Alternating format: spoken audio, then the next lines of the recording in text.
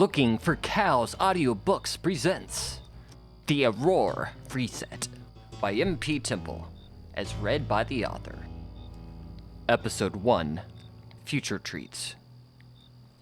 I know this is strange, and it shouldn't have happened, but before I explain, promise me you'll try to remember a few things. I regret what I did thinking back. Maybe wait to judge stuff. Also, remember, you would have taken off all your clothes for that much money, too. Everything started back on October 16th, 2002, here in Vegas. Long story short, my mom sometimes tries to save money on beer by trying a 12-pack, intending to drink a can a night. Then the beer would be gone by the morning. It had been a 12-pack night. After slamming the glass sliding door in front of my mom laying on the sofa, I left home. With everything I had important left stuffed in my emotional support hoodie pocket and a side saddlebag. And my math book. I couldn't afford to pay the fine if I didn't return it at the end of the year. Yes, I have an emotional support hoodie. Leave me alone. The point is, when I left, I decided I wasn't going back home. Not after ruining everything over a stupid argument. Do you have places you go when you get stuck? When the world feels like it's closing in on me, I end up at the park or Neonopolis. Usually I went to Mia's, unless her mom was home, which is almost like never right. Well, that night I walked into the park in the dark, hoping I could find the hideout behind a bush or something till I could figure out what to do. I have a bush I like, but anywhere in the park works. I just needed a moment to breathe and feel safe. And like to my surprise, I saw a giant stage full of colorful lights. A crowd of partying teenagers and adults danced around, soaked in paint. That pan thingy reads 10:30 on my plastic watch, and I wondered who would allow a party to go on a school night. The crowd cheered and held up their arms, getting splattered with paint and stuff. I sighed. I thought about heading to my second spot. Sometimes if you hide out in the arcade long enough, nobody knows you're in there when they close. That's my second favorite spot. But I figured wandering around Las Vegas at night wasn't a great idea. Then I heard a voice I can only describe as a ditzy tree beard who focused on weird words. She came from behind me. I faced a woman a little older than me wearing giant swim goggles, splattered with so much pigment I'm not sure how she could see. "Lummy, I presume," she said, adjusting her shower cap with wet paint. "Or Aurore Chandler, it looks like is your other name?"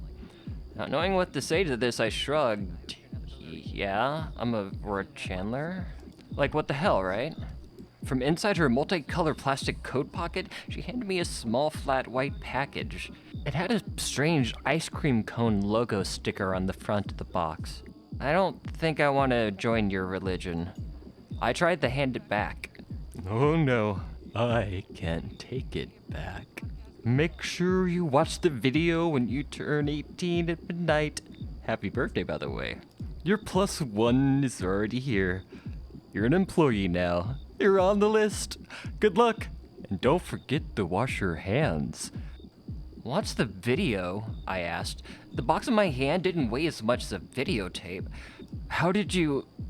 Then the woman just ran into the crowd, past the audience, not bothered by the flying paint from the super soakers on stage. The ticket woman, with all the tattoos, didn't stop me from going into the event, so I ran after the goggled lady. And as I was running after her, a familiar face popped into view. She danced, kinda, you know how she is, wearing an orange tank top and ripped jeans she's always wearing. And I'm like, oh no, Mia's here. You see, I had decided she and I shouldn't be friends anymore, not after our last fight. When the world feels like it's going to explode, she's the only one that helps out, but I suck and can't keep friends. I looked at my knuckles, which had finally started kind of looking normal again. Not so purple and swollen. The colors fell on the white package before I could jam it in my hoodie. I turned from the stage to walk back to the park, past the concession stand to get out of there. From there I could take the sidewalk with the working streetlights until I could figure something out. I also have a fear of confrontation, which I'm sure didn't factor into any of my decision making at that point at all. In any way, shape, or form. Then she saw me. Totally clear, no way it could have been avoided whatsoever. Her eyes were right staring at me and stuff, and I felt like there should have been Western Showdown music playing or something. I turned around and I pretended to look at something else, whatever else. I picked a fried sweet potato stand in the corner of the park and did not look away for as long as I could. My head turned back into the direction of where she had been standing. She stared at me. She never looked away, she just kept staring. There were like way too many gross people who like touched me and stuff as I like pushed my way through the crowd to her. So close our noses bumped against each other. It was really awkward. She stood back with that dirty blonde, mid-length, side-parted curly hair. She gave me that angry bear look with those blue eyes with the hint of green and gray specks of a little bit of auburn color sort of thing. I guess you know. Anyways, she looked ticked. She pointed. Then we like got out of there away from people and stuff.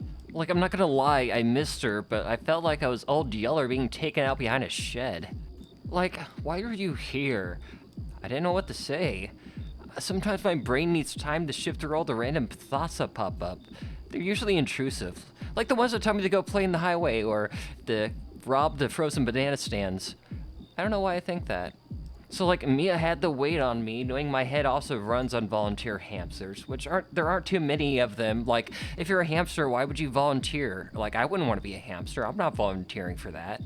Instead of answering her question, I just said like, I know I punched a hole in your wall. I shouldn't have done that over our Mongolian barbecue versus Mongolian grill fight.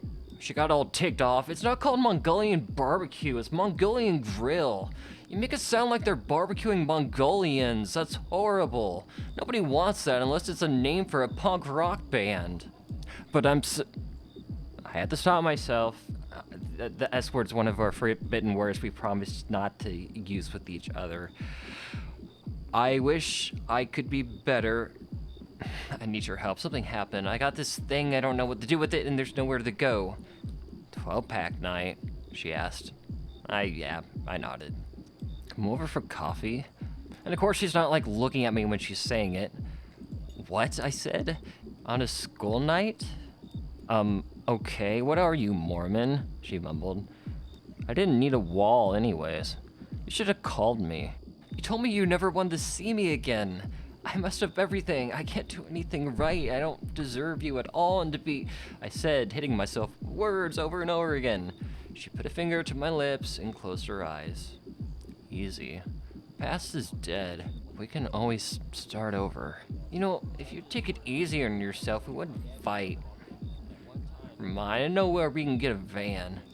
Let's go to my house and look at those math notes you didn't take. You know, the class we need to pass if we want to graduate? I'm adding Mongolian to our things we don't talk about.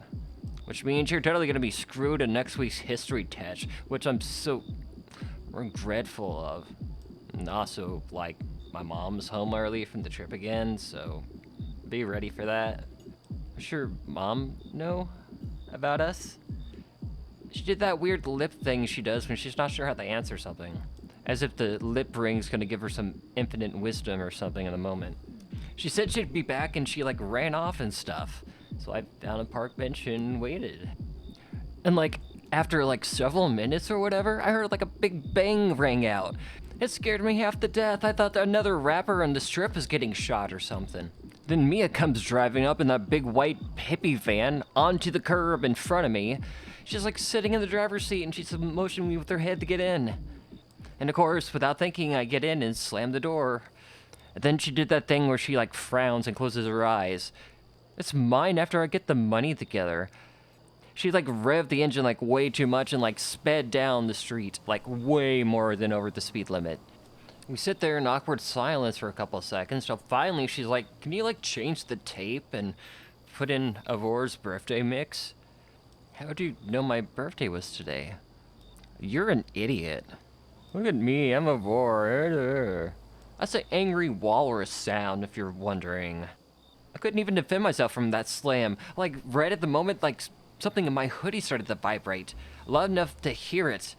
And, like, our faces became all ghost white because we were like, what on earth is vibrating? And Mia's like, that's not another gift from your mom, is it? And, like, the buzzing kept growing louder and louder. I'm like, this is what the goggled lady gave me. And Mia's like, why are you taking things from strangers? Get it out of here. And of course, she's so panicked, she doesn't, like, notice she's, like, driving into a roundabout. Like, into it, like, in the center, cutting off people. She didn't even notice that we almost died. She took the package and, like, tossed it outside on the gravel. But, like, she totally did, like, stretch out her arms to protect my face and stuff and got closer to me, so that was kind of cool. But like we were expecting Armageddon or something to happen, because what on earth is this thing? It kept shaking on the ground, but it didn't do anything besides shake. We got the hell out of the vehicle as quickly as we could, dude. And like finally there's like this voice inside the box that says, "Hello from Future Treats." The lid like blew open and there's like confetti falling everywhere. And then like the box said like, "We care." And like there's people honking at us and stuff, so of course we gotta like hurry up and get in the van and like go someplace, and finally we can like inspect what this weird package thing is. And inside the box we find this futuristic handheld PDA. And like a red light like turned on and an ice cream cone logo turned red. It was creepy. Then a name appeared on the screen. A-C-A-M-I. No idea what an exam is or how to even pronounce that. And Mia's like shrugging like, "Why are you asking me stuff?" or whatever. Then like my name appeared under it. Aurore. The device began to talk as if a person were speaking. "Let's get to work," it said. And I'm like, why does a PDA need to vibrate? This doesn't make any sense. "Welcome, as a zombie. Let's start the employee video." I wasn't sure if the device was thinking glitched out or if that's how you say the name. But all I knew was like the device like shocked and burned my hand a little bit, and like that's kind of not cool, but that's how it was. I turned to her and I'm all like, "Did that thing just call me ass Amy?" Then like a video started playing on the PDA thing. Like an ice cream scoop like crossed the screen and like words appeared, and the picture was sharper and clearer than anything I'd ever seen. It was kind of awesome, and I wish I could see the world through that kind of clarity, but this is like nuts and stuff. Light began to like swirl and like around us, and it was like all spinning towards like something. Everything went black. When I came to, I like heard a voice. I like looked around and everything looked exactly the same as it had moments before. Like the touchpad thing or whatever it was sucking us into the thing, and I don't understand what was going on, but like suddenly it started saying like, "Happy birthday, employee. You can begin your shift whenever you want. You might have questions, such as, what's going on? Where am I? How do I file my W-2? Let's address only some of those questions." Then like a new video started playing, and it was all like, "You work for Future Treats now as me." The video on the screen from the ice cream cone, like it changed from that to like a beach with waves hitting the sand on a bright day. "You are exactly where you were before you found this device, in the same room, with the people you love and cherish. You are okay. You are in a completely different, identical universe. You have signed up to work for Future Treats. Who are we? We deliver food whenever you want it.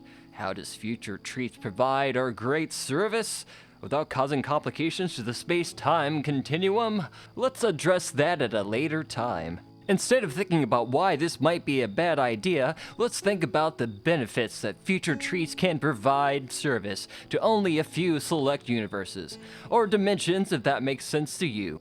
Now, are you calm?" And we were both like still screaming and stuff, like not understanding what was going on. "Perfect! For a fun explanation, here's a scientist from our company." The hell is all this? Identical universe? In the video, an ice cream scoop hand puppet appeared against like a basic blue wall. "Well, you like video games, don't you? Well, imagine you got a high score and you're ready to move on to the next level. The game auto-saves your progress into a file.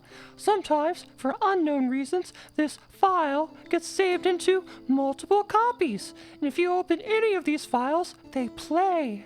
You have all your questing items and nothing major has changed. Think of this dimension you're in now like one of those save files. It's a copy of the dimension you used to live in. You might notice a few anomalies, but let's not freak out, okay? At Future Treats, we care. So let's pause and think about what we learned." And Mia's like, "Why is the puppet talking so much? I don't like it." To my horror, the puppet went on. "You're in one of these dimensional save files right now. This isn't a game. This is real. So please read the employee standards of conduct so you won't hurt yourself. We wouldn't want that. remember, you signed a waiver. Then, like, the camera pulled back, and it was, like, some old lady, like, with a puppet, and she, like, laughed this creepy laugh and took the puppet off her hand. She, like, spoke in a normal voice, but it was still kind of creepy. The dimension you are in is safe, other than the risk you and all your party agreed to when you signed your contract. There's nothing you can do here that is gonna mess up any timelines, realities, or any of that. Everything has been safeguarded now for us. Now, you might ask, could I go back in time and kill Hitler as a child? Yes, if you can find an order from back then, I suppose, but you have fast food to deliver. If you choose to start your shift, you have 8 hours to take deliveries at your convenience. At the end of the 8 hours, you might still get to go home with all the money you earned. If you don't want to work, that's okay too. That's your right. Yeah. We have another you on shift who is willing to work. If you choose not to take deliveries, little delinquent, please enjoy our time travel PDA. At the end of those 8 hours in the shift, you could return to this exact moment in your own universe. If you have questions, you can ask them when you get back. Remember, we care. A box popped up on the device's screen, prompting me to please agree. Mia's like, is this a joke? Are you doing this? Did you set this up?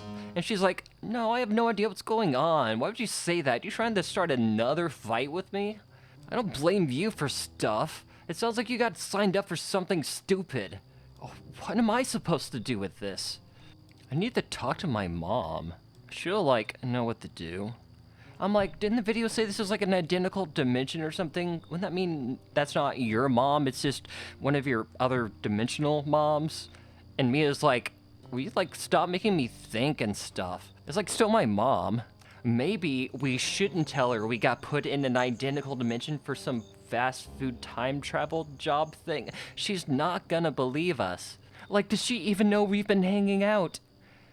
Mia, like, glared at me and then, like, turned up the volume of the birthday tape mix.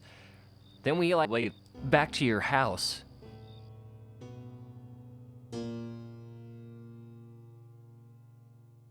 Episode 2. Don't slam the door. Neither of us talked until the van pulled up into the open garage. Only then was Mia like, close your door, don't make any noises, and don't slam it. Mom can hear like a mouse whispering prayers. If we don't make any noise above this level of a whisper, she's not gonna hear us, and she's not gonna wake up. And I don't have to explain stuff tonight. I can sneak you out in the morning before she wakes up. And of course I'm like, why is the mouse praying? Your mom can hear them? Can she understand them? Like, who are they even praying to? Are they like cheese gods who demand sacrifices? And Mia's like, that's not the point. Just don't slam the door. I'm like, okay, I got this. I totally got this. I'm not gonna slam the door. So Mia totally gets out of the car and she like tiptoes across the entire way to like the other side and like grabs the rope that's like attached to the garage door thing, and she like pulls it down and closes it without making a single sound. And she's all like happy and proud that she did it, and she's like nailed it. I was so pumped, it was like so awesome that I jumped out of the car and slammed the door. And she's like there looking at me in horror, and I'm like looking back also in horror and embarrassed. I was thinking, don't slam the door so hard that I slammed the door, I am so sorry. She's like sort of stomping her feet and like making a strangling motion with her hand, saying, I asked you to do one thing. When it's a hard number, I messed up, I'm sorry. And who comes out to the garage? Well, you already know, it's Miss K in a nightgown, all awkward and stuff. Confused, like, who are these, like, losers breaking into my house and whatnot? And we're, like, standing there covered in paint and, like, horrified. And Miss K's all, Mia? Is that you? Of course, she, like, rolls her eyes. No, Mom, I'm Dumbledore. I'm here to solve all your problems for you. Miss K's face got, like, bright red. She was ticked. I know that look on a mom's face. I should have stopped myself from letting her pick me up from the park. She shouldn't be hanging out with me. This is why I don't deserve happiness. Why can't I get out of my own way? And I'm all like, I'm sorry. I'm like hyperventilating, like crying and stuff. And Mia turned to me and is like, apology loop. Then she, like, turns back to her mother like she's gonna, like, fight in a combat thing, and she, like, gets all locked in and stuff. Yeah, Mom, I picked up a hooker, brought some blow, and joined a cult. I'm building a spaceship. Like, Miss K's eyes, like, totally dart to me, and she's like, are you the cult leader, or are you the hooker? And of course, I'm, like, freaking out and stuff. I don't know what to do. I can't even, like, talk and stuff, and Mia's not helping me at all. She just turned to me and was like, she's both. Miss K becomes totally unglued and, like, starts, like, coming at us. You don't have a license, Mia. Her, like, eyes all twitching and stuff, all, like, freaky. If someone was ever home to take me to the test, I'd have one. And Miss K is like, Maria Serenity, what is going on here? Why is Aurore here? Close to 1 o'clock in the morning. I'm, like, trying to figure out what to do and stuff, but I'm stupid and I can't think of anything. And, like, finally Mia just throws her hands up and goes, Bianca will figure out the van is gone. I went looking for Aurore at the park and found a glow party going on. Someone gave them a package with a futuristic PDA thing, and then strange stuff happened, and a puppet told us we're an identical dimension here to deliver fast food, and that you're not like my real mom, but you're like an identical one. And I, like, showed the PDA to Miss K, and she just, like, looked at it all tired and stuff. Nice Palm Pilot. She, like, closed her eyes, and she's just like, an identical dimension. Out of all the choices you could have come up with, this is the one that you were like, oh yeah, that's it. Identical dimension fast food. Do you think I'm stupid? I start searching on this futuristic device thing, looking for, like, all the apps, trying to find some way to show Miss K the employee video that we saw. But the video was gone. I couldn't find it. This phone had a weird setup that made it super hard to find anything. And Mia's, like, looking at me, and I'm, like, shaking my head. I'm like, I can't find it. It said there'd be a 8-hour shift, and then we'd get the return when the shift started or something. Miss K starts marching towards the kitchen. What is happening is you are going to bed, and I am calling Aurore's mother to come pick up the identical dimension time traveler. What's your number? And I'm like, I don't know what my number is, which is true. I don't bother to memorize my house number. What was I gonna do calling my house anyways? My mom was gonna help me. Like, what was I doing, calling the house to see if the answering machine was lonely? My mom would never pick up. And then Miss K, like, walked over to me. I'm, like, so nervous, holding my breath, and, like, something was sticking out of my hoodie. Like, earlier in the day, I had, like, totally put a flyer in my math book, and I had to keep the math book everywhere because they get really strict with you if you don't return those books. And of course, she, like, sees this, and she, like, takes it out and looks at it, and I had forgotten about our school's parent meetup event.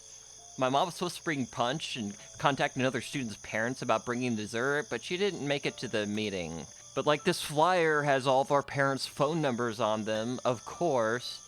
So she, like, finds it, puts her finger on it, and, like, walks to the kitchen and picks up the receiver. I'm, like, panicking there in the garage and have to, like, run inside. She won't answer. And Mia all comes in and she's like, Mom, Aurore's family doesn't even believe in phones. It's against their religion. But Miss K pays no attention to this whatsoever, and the phone keeps ringing. And cue the tragedy. For the first time ever, my other mom answered the phone. I was doomed. I'm sorry to be calling so late, Miss Chandler. Aurore's here, and she, like, paused. And Miss K, like, turned to me as my mom was, like, speaking, slurring words all over the place on the phone. And, like, Miss K wouldn't stop looking at me. She, like, knew. I, like, listened, trying to figure out what my mom was, like, saying to her and stuff, but I couldn't, like, hear it. So I just, like, lowered my eyes and, like, looked at the floor.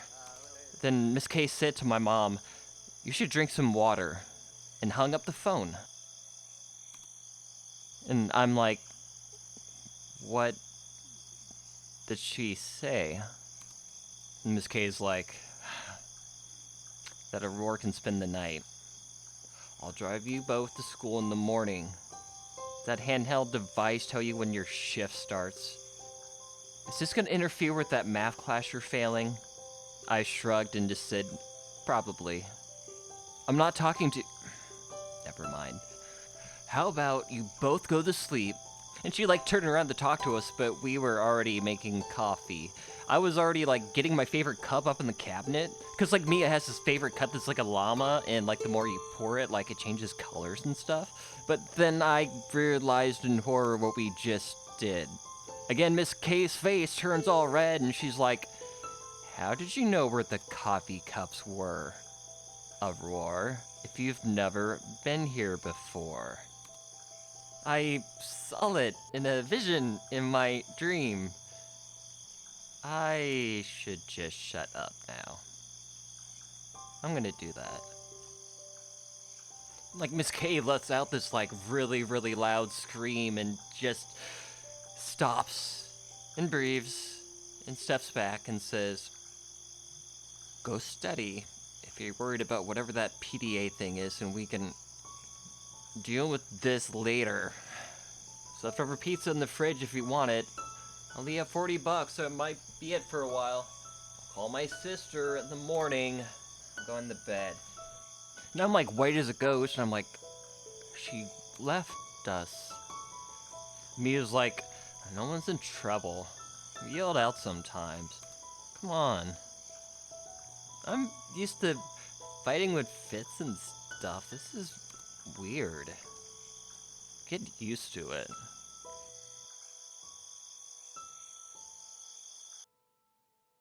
I hadn't eaten that day at all, so like we brought up the pizza slices upstairs. We like cleaned up all the paint and stuff and like sat on the floor because we're like so tired and weirded out and all that. And her lips are like twisted up and she's like taking a bite. How can you work for a company you didn't sign up for? Is that like legal? Is it kidnapping if it's a different dimension, if it's identical? I don't know how this works. We're being held against our will here. The PDA buzzed. Then we like jumped back about a foot away together in shock. Is there a way to turn that stupid thing off? Something else came up on the screen. It said like, "Take this order now and receive $2,000 in bonus money. Coffee delivery." And I'm like, $2,000? I could make $2,000 by delivering coffee? I could move out. And Mia like looks at the order on the screen and like realizes it's lost coffee. We're always at lost coffee in the morning. All we had to do was pick up order 66. We could make $2,000 before we went to school tomorrow. But I'm like, I don't know, this might be a scam or something. The video did have a puppet, but if there's more jobs like that, we could make some real money. Maybe my mom could take some time off if we helped out. Do you see all the bills on the fridge that were unpaid? And like my eyes are still glued to like the amount of money on the screen I was looking at. I'm not gonna mess this up. This time. It was so hard sleeping after drinking so much coffee, but we did get some sleep, just hanging out close together with the window cracked and listening to my CD player skip every minute or so. It was a totally chill night. Though we really fell asleep at the same time as like the sun coming up, so it was kind of worthless. I never get any sleep when I'm over there anyway. That sounds... I should change the subject. Anyways, I always wake up cold at the K's house because of how low Mia likes to keep the thermostat. She wraps herself in blankets by the time the sun comes up, and after like staying up for a while, she can barely get up and face the day. I use this time to go downstairs and make coffee until she calms down. When she and I first started hanging out, we'd always start fighting the first thing in the morning. I'm grumpy, she's a wild, angry bear on the warpath like the entire time. She threw a spoon at me once. That meant to stop talking. Following that, we started a morning depression checklist. It's our routine of coffee and panicking. Things got better. Kind of. That morning after showering and borrowing some of Mia's clothes, Miss K drove us to Lost Coffee in her expensive Mustang. The place was close to her school, so we didn't have as much traffic. And that's totally why Mia likes it, I think. Even though it was like close by and stuff, I was still like mad that I had to hold this stupid PDA thing or keep it in my pocket the entire time. I couldn't leave it in Mia's room. But like, what am I supposed to do with it for the entire day? Keep it in my pocket? What's the point? The device uses the internet without having to dial up, which is cool, I guess, but you could just walk to a computer. And I go to get out of the car as fast as I can. I'm like, bye, Miss K, real fast and stuff. But then she's like, Aurore? Can I talk to you for a moment? Alone. Which in my head I translated to, this is the day you're gonna die. You should have made plans, but now it's too late. I mouthed to Mia, Mia, help me. But then I remembered she can't read lips, and she's looking at me all confused. And Miss Gay totally could see me mouthing stuff.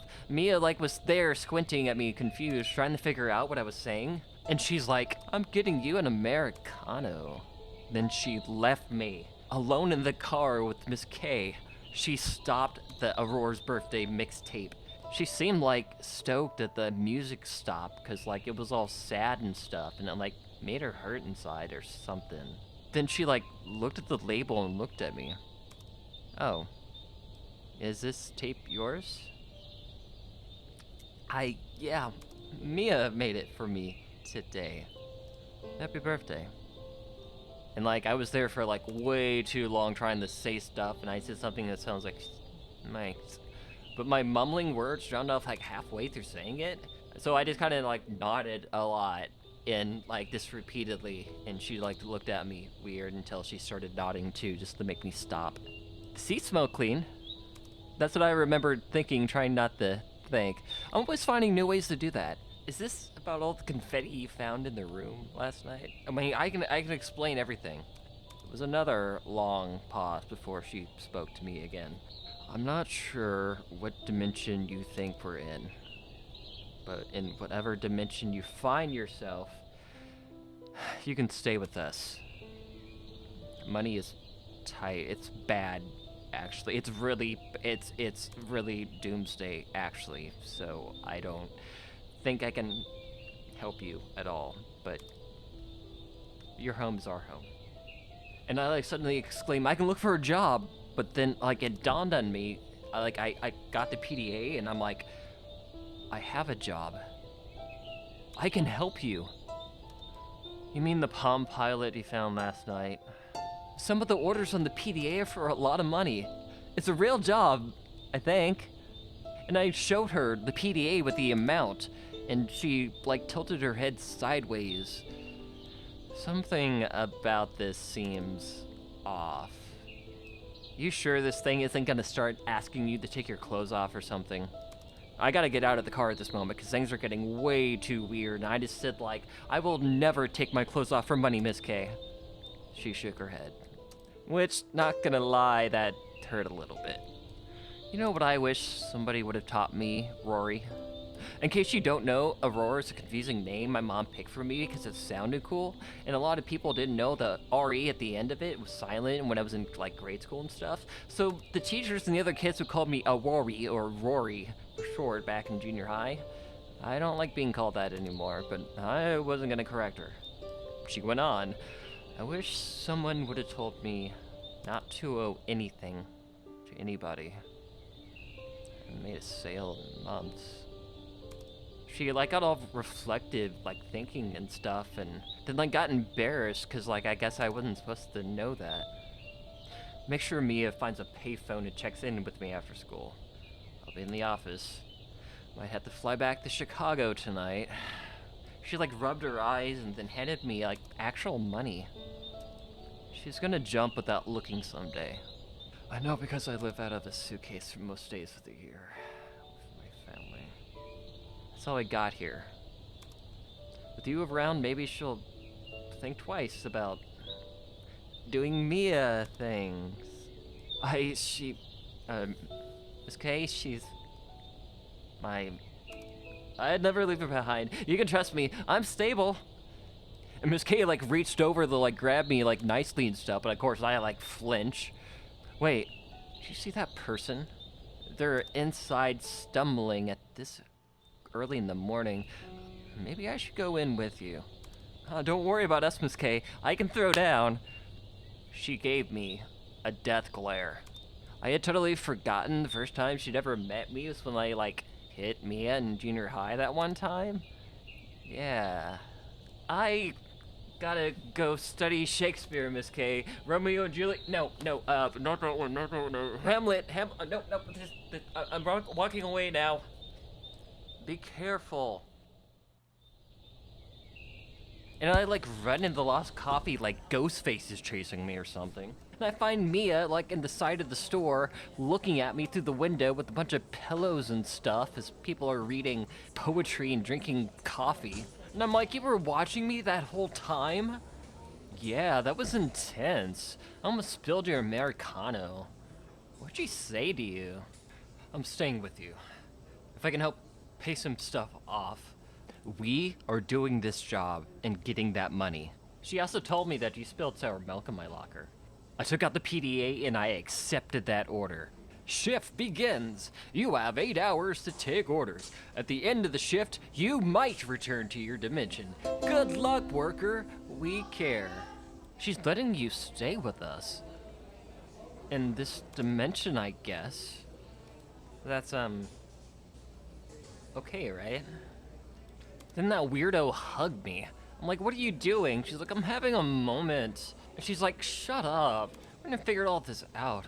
All this life stuff, aren't we? And I'm like, yeah. And I like wrap my head rest on hers, and I'm like, I am not messing it up this time. And then the PDA started talking to us. It was all like, now that your shift has started, you can take an order. These orders are from regular customers who want a good old treat from the past. Don't forget the smile, and don't forget to say the future treats motto. Our motto is... Device malfunction. Please restart. We are not liable. And after we help your mom out, we can buy your van. And then the weirdo hugged me again. And like, this totally threw me off because like this hugging thing is not usually like even a thing, you know? And not too long after, a woman in her early 30s, covered in awesome tattoos, walked up to the counter with her order, and she's like, order 66. And I like almost throw her off me to go get the order and stuff, but then when I get up there, there's somebody else there. That's mine. The stumbling drunk Miss K saw in the parking lot like was standing in front of me. They wore like a red tie and a wrinkled white button-down dress shirt. They looked hella old and burnt out and gross. They looked like they had been hit by a train about like 20 times, but somehow like lived through it. It's not your coffee, kid. It says it's my order on my PDA. I held up the device and the stranger held something of their own that looked like identical.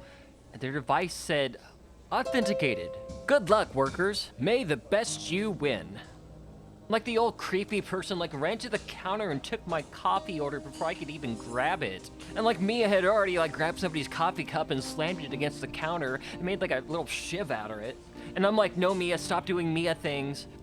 Like, person, what did I do to you? I don't know you. The other person stopped and turned and looked at me. Why do you think I look like you? And like, this is when I realized their eyes really, really, really look familiar. Like I was looking in a mirror kind of familiar. And like everybody was watching us as this whole thing was going on, and like the cool lady with the tattoos is now like getting like mad and stuff because like everybody's looking at us in this entire store, and she's like, I don't know what this is, but you should like take it out of here. And then the old creepy person like said like, I am you. From 20 years in the future, to another dimension. You know, if you had any intelligence whatsoever, you would have figured this out by now. Okay, look. We did get off on the wrong foot here. Let's all go talk things out. I have some hard things to say to you, but I'm gonna set you straight. I know a great margarita place in 2019 with some drink specials. If we like all chip in, I think we could finish the mega pint. I can finally get that hat. My heart like sank at this, like I couldn't believe what I was hearing, and I'm like, I don't drink, I'm 18. You're joking with me, right? You're not like Mom, we don't drink. And in that moment, all I could think about was like the random mental image of my mom rummaging through the fridge for one last can of beer. Then like the other me starts patting their pockets with their other hand as if they're searching for something.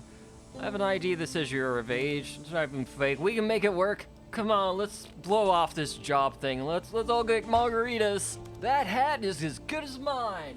Just give me your phone and let's go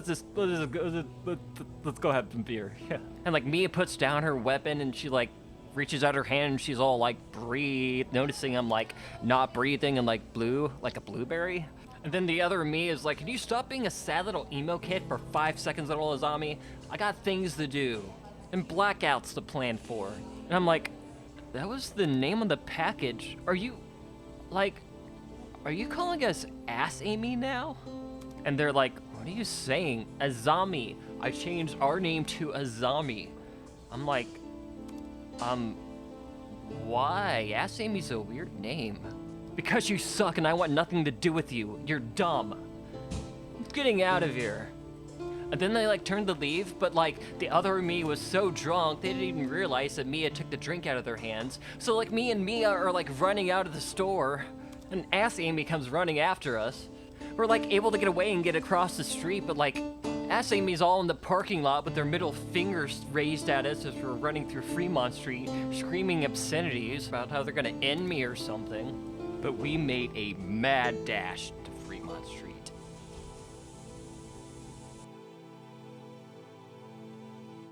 Episode 3.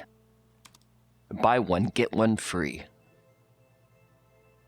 We got as far away we could from the crazy old future me and retreated to my other thinking spot, Neonopolis Outdoor Mall, which is not far from the coffee shop. That open-air mall feels like having a private space. There's nobody ever there. It totally just opened too. It already feels like a ghost town. We took the escalator up to the top level where it smells like popcorn and stuff. And on the top floor we could look down and see if the old psychopath was coming after us. And we're totally both did that totally just happen? And Mia's it better not have. It better have been a gas leak at the coffee shop, and that person isn't. She didn't finish her sentence. She was just staring blankly into the shops and stuff. Until she finally randomly says is this all my fault? And I'm like, what do you mean, what's your fault? That we're gonna miss school today? And Mia grabbed the PDA out of my hand, and she's like, why can't you understand anything I talked to you about? The delivery date on this says 2022, it didn't expect us to stand here and wait around for 20 years, does it? Where did we deliver this for money? 5 minutes ago, you just said you don't blame me for stuff. She gave me a cold, hard look. And I looked back and stuff, and we stood in awkward silence for what felt like a million years. Finally, she bit her lip and said, the computer pocket thing says we have 15 minutes. Why is there a timer? I thought we were time traveling. Then the PDA started shaking and it hummed as loud as a jet engine. Don't do that, I shouted. That's not even yours. Turn it off. I was freaking out and stuff. And she's like, I can't stop it. All crying and whatnot. And then there was a huge bright flash, and everything went dark again. And when we came to, we stood in an empty Neonopolis. That part was normal, but all the shops at the outdoor now were vacant and closed. We were standing in the dark on the wrong side of a dusty, permanently closed sign. And only some of the neon lights that were so cool back in 2002 were still even working. Then the time-traveling device started speaking. Welcome to the year 2022. This PDA time travel trip has been sponsored by Elon's Cabbage. Satisfy that crunchy cabbage craving with a taste of Elon. You can verify that. Do they use the cabbage when they barbecue your Mongolians? And I'm like, that's on the list of forbidden words. And she's like, yeah, whatever. Doesn't look like the rules helped you any. And I'm like, what the hell? That doesn't even have anything to do with anything. Do you know how many forbidden words I struggle with when I talk to you? I have to censor myself so much that Then Mia's like, do you know what your problem is? And I'm like, that I have somebody nagging me all the time who doesn't get that I'm trying really, really hard? Your problem is you don't try hard at all. You can't do anything that might be convenient. You just try to complain about it and don't fix it. And I'm like, we don't have time for this. And she's like, yeah, fine, whatever. Which, of course, doesn't actually mean that. She might as well have just thrown another spoon at me. But we hurried out of the outdoor mall and on the Fremont Street. And people were, walking around us, and casino lights were flashing, and slot machines were clanking. It was all really, a lot of noise, and really kind of annoying and overwhelming. And, as we were leaving, I'm just kind of, trying to talk about something else, and I'm like, oh, this is the future, right? And Mia's like, I already don't want it to be.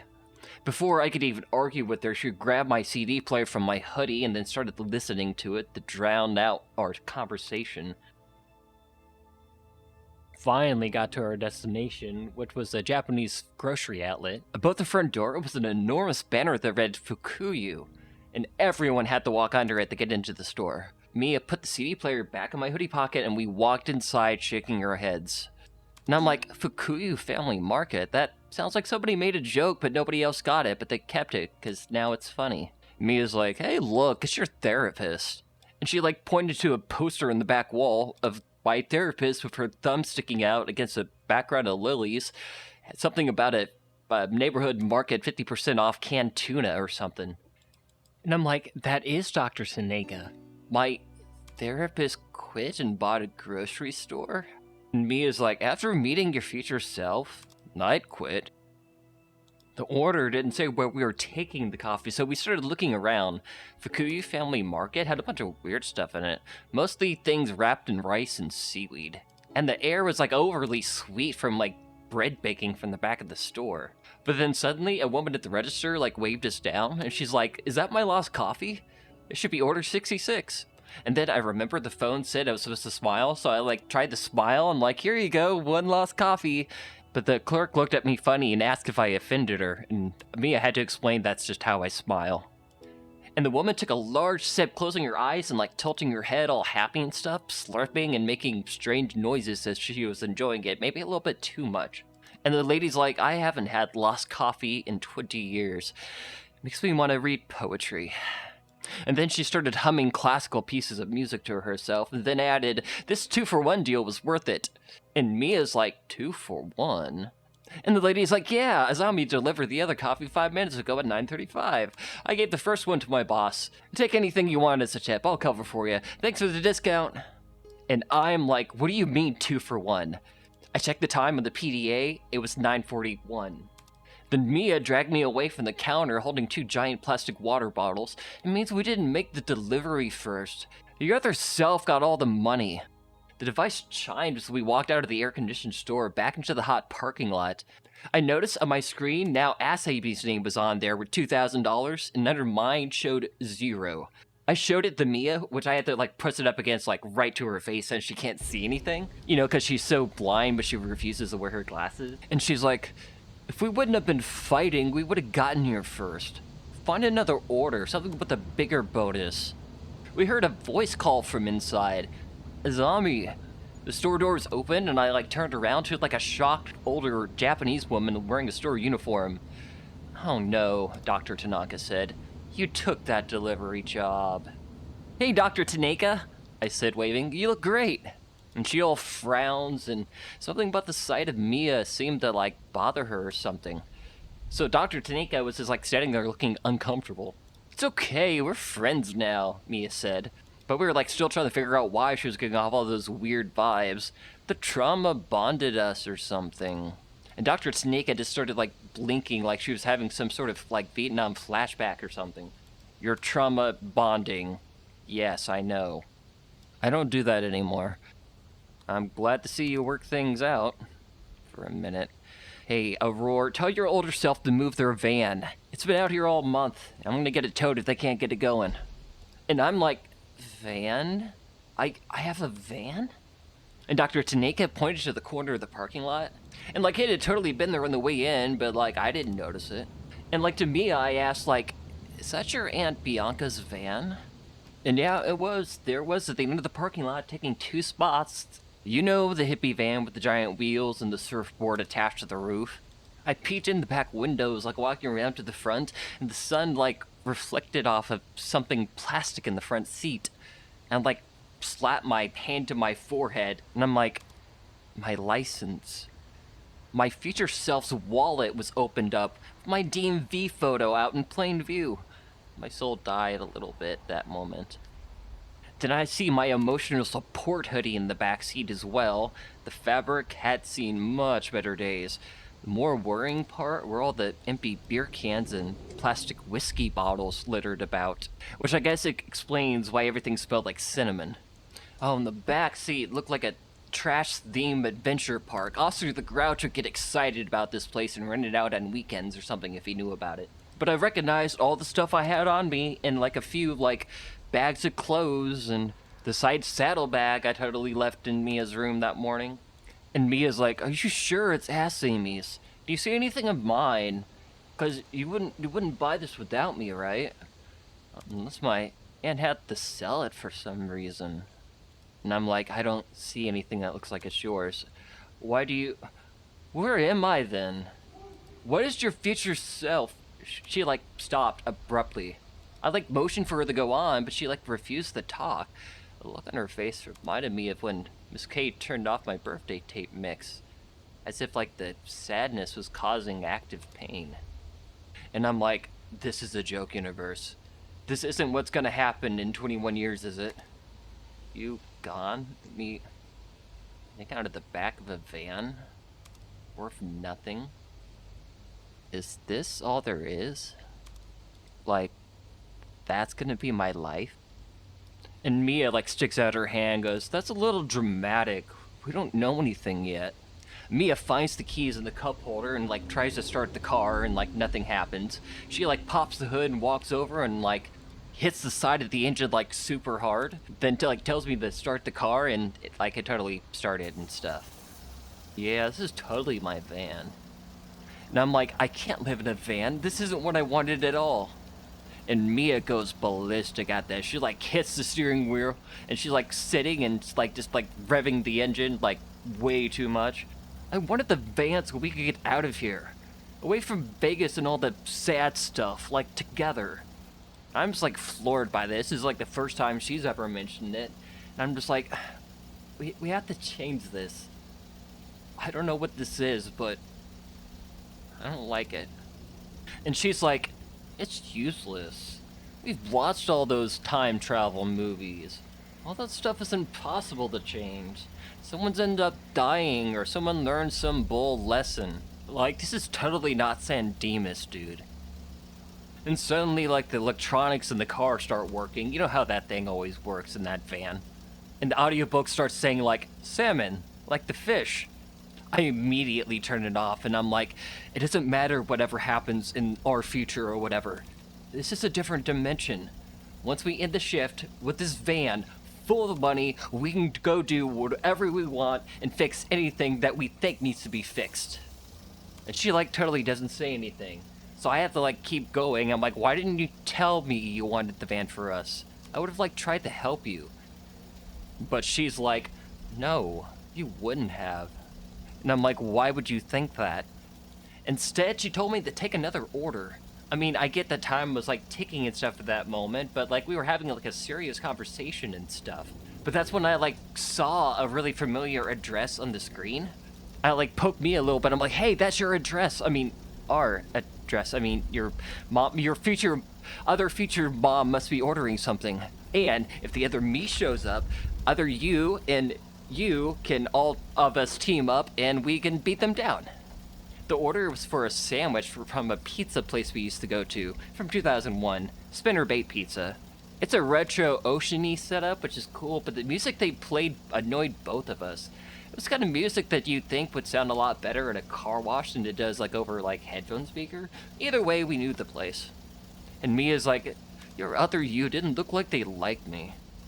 Bet other older you won't even take this order, even if the bonus is for $5,000. And I'm like, Mia, my future self is I can't think of anything nice. A jerk with short, ugly hair. But you're always gonna be awesome to me. And she's all, kinda like the short hair on you. I glared at her for a second in disbelief. Instead of saying something, feeling a fight coming on, I look back to the PDA. Sponsored order. This says after we complete this, we can do sponsored orders for bigger bonuses. And Mia's like, sponsored by whom? And like, how much more bonuses? And I'm like, I don't know, but we should find out. I accepted the order, and Mia drove towards the pizza shop. After picking up the sandwich in 2021, we returned to Mia's house in 2022. Something seemed unsettling about the place then. Maybe it was the collection of garden gnomes that sat near the entrance with googly eyes. It didn't look like how they normally kept it. After a bit, we heard footsteps from the other side. For a moment, Mia took a step forward to enter, but stop. She couldn't believe her own eyes. I expected Miss K to come out of the house, but she didn't. Instead, there was some other random person there, dressed in fine dinner date sort of clothes. And Mia's like, who are you? But the woman's just like, you have my food? I'm like, yeah. She like grabs a sandwich and is like, thanks. You know when the second one's getting here? I got a party starting and I owe my sister-in-law a sandwich too. Have you tried these? They are so good. It got peppercorn that really makes the flavor pop. And Mia's like, does anyone else live here? Does my mom live here? The woman's like, I don't know you. And Mia's like, do you know who lived here before? And the stranger's like, no. We bought it in an estate sale 20 years ago.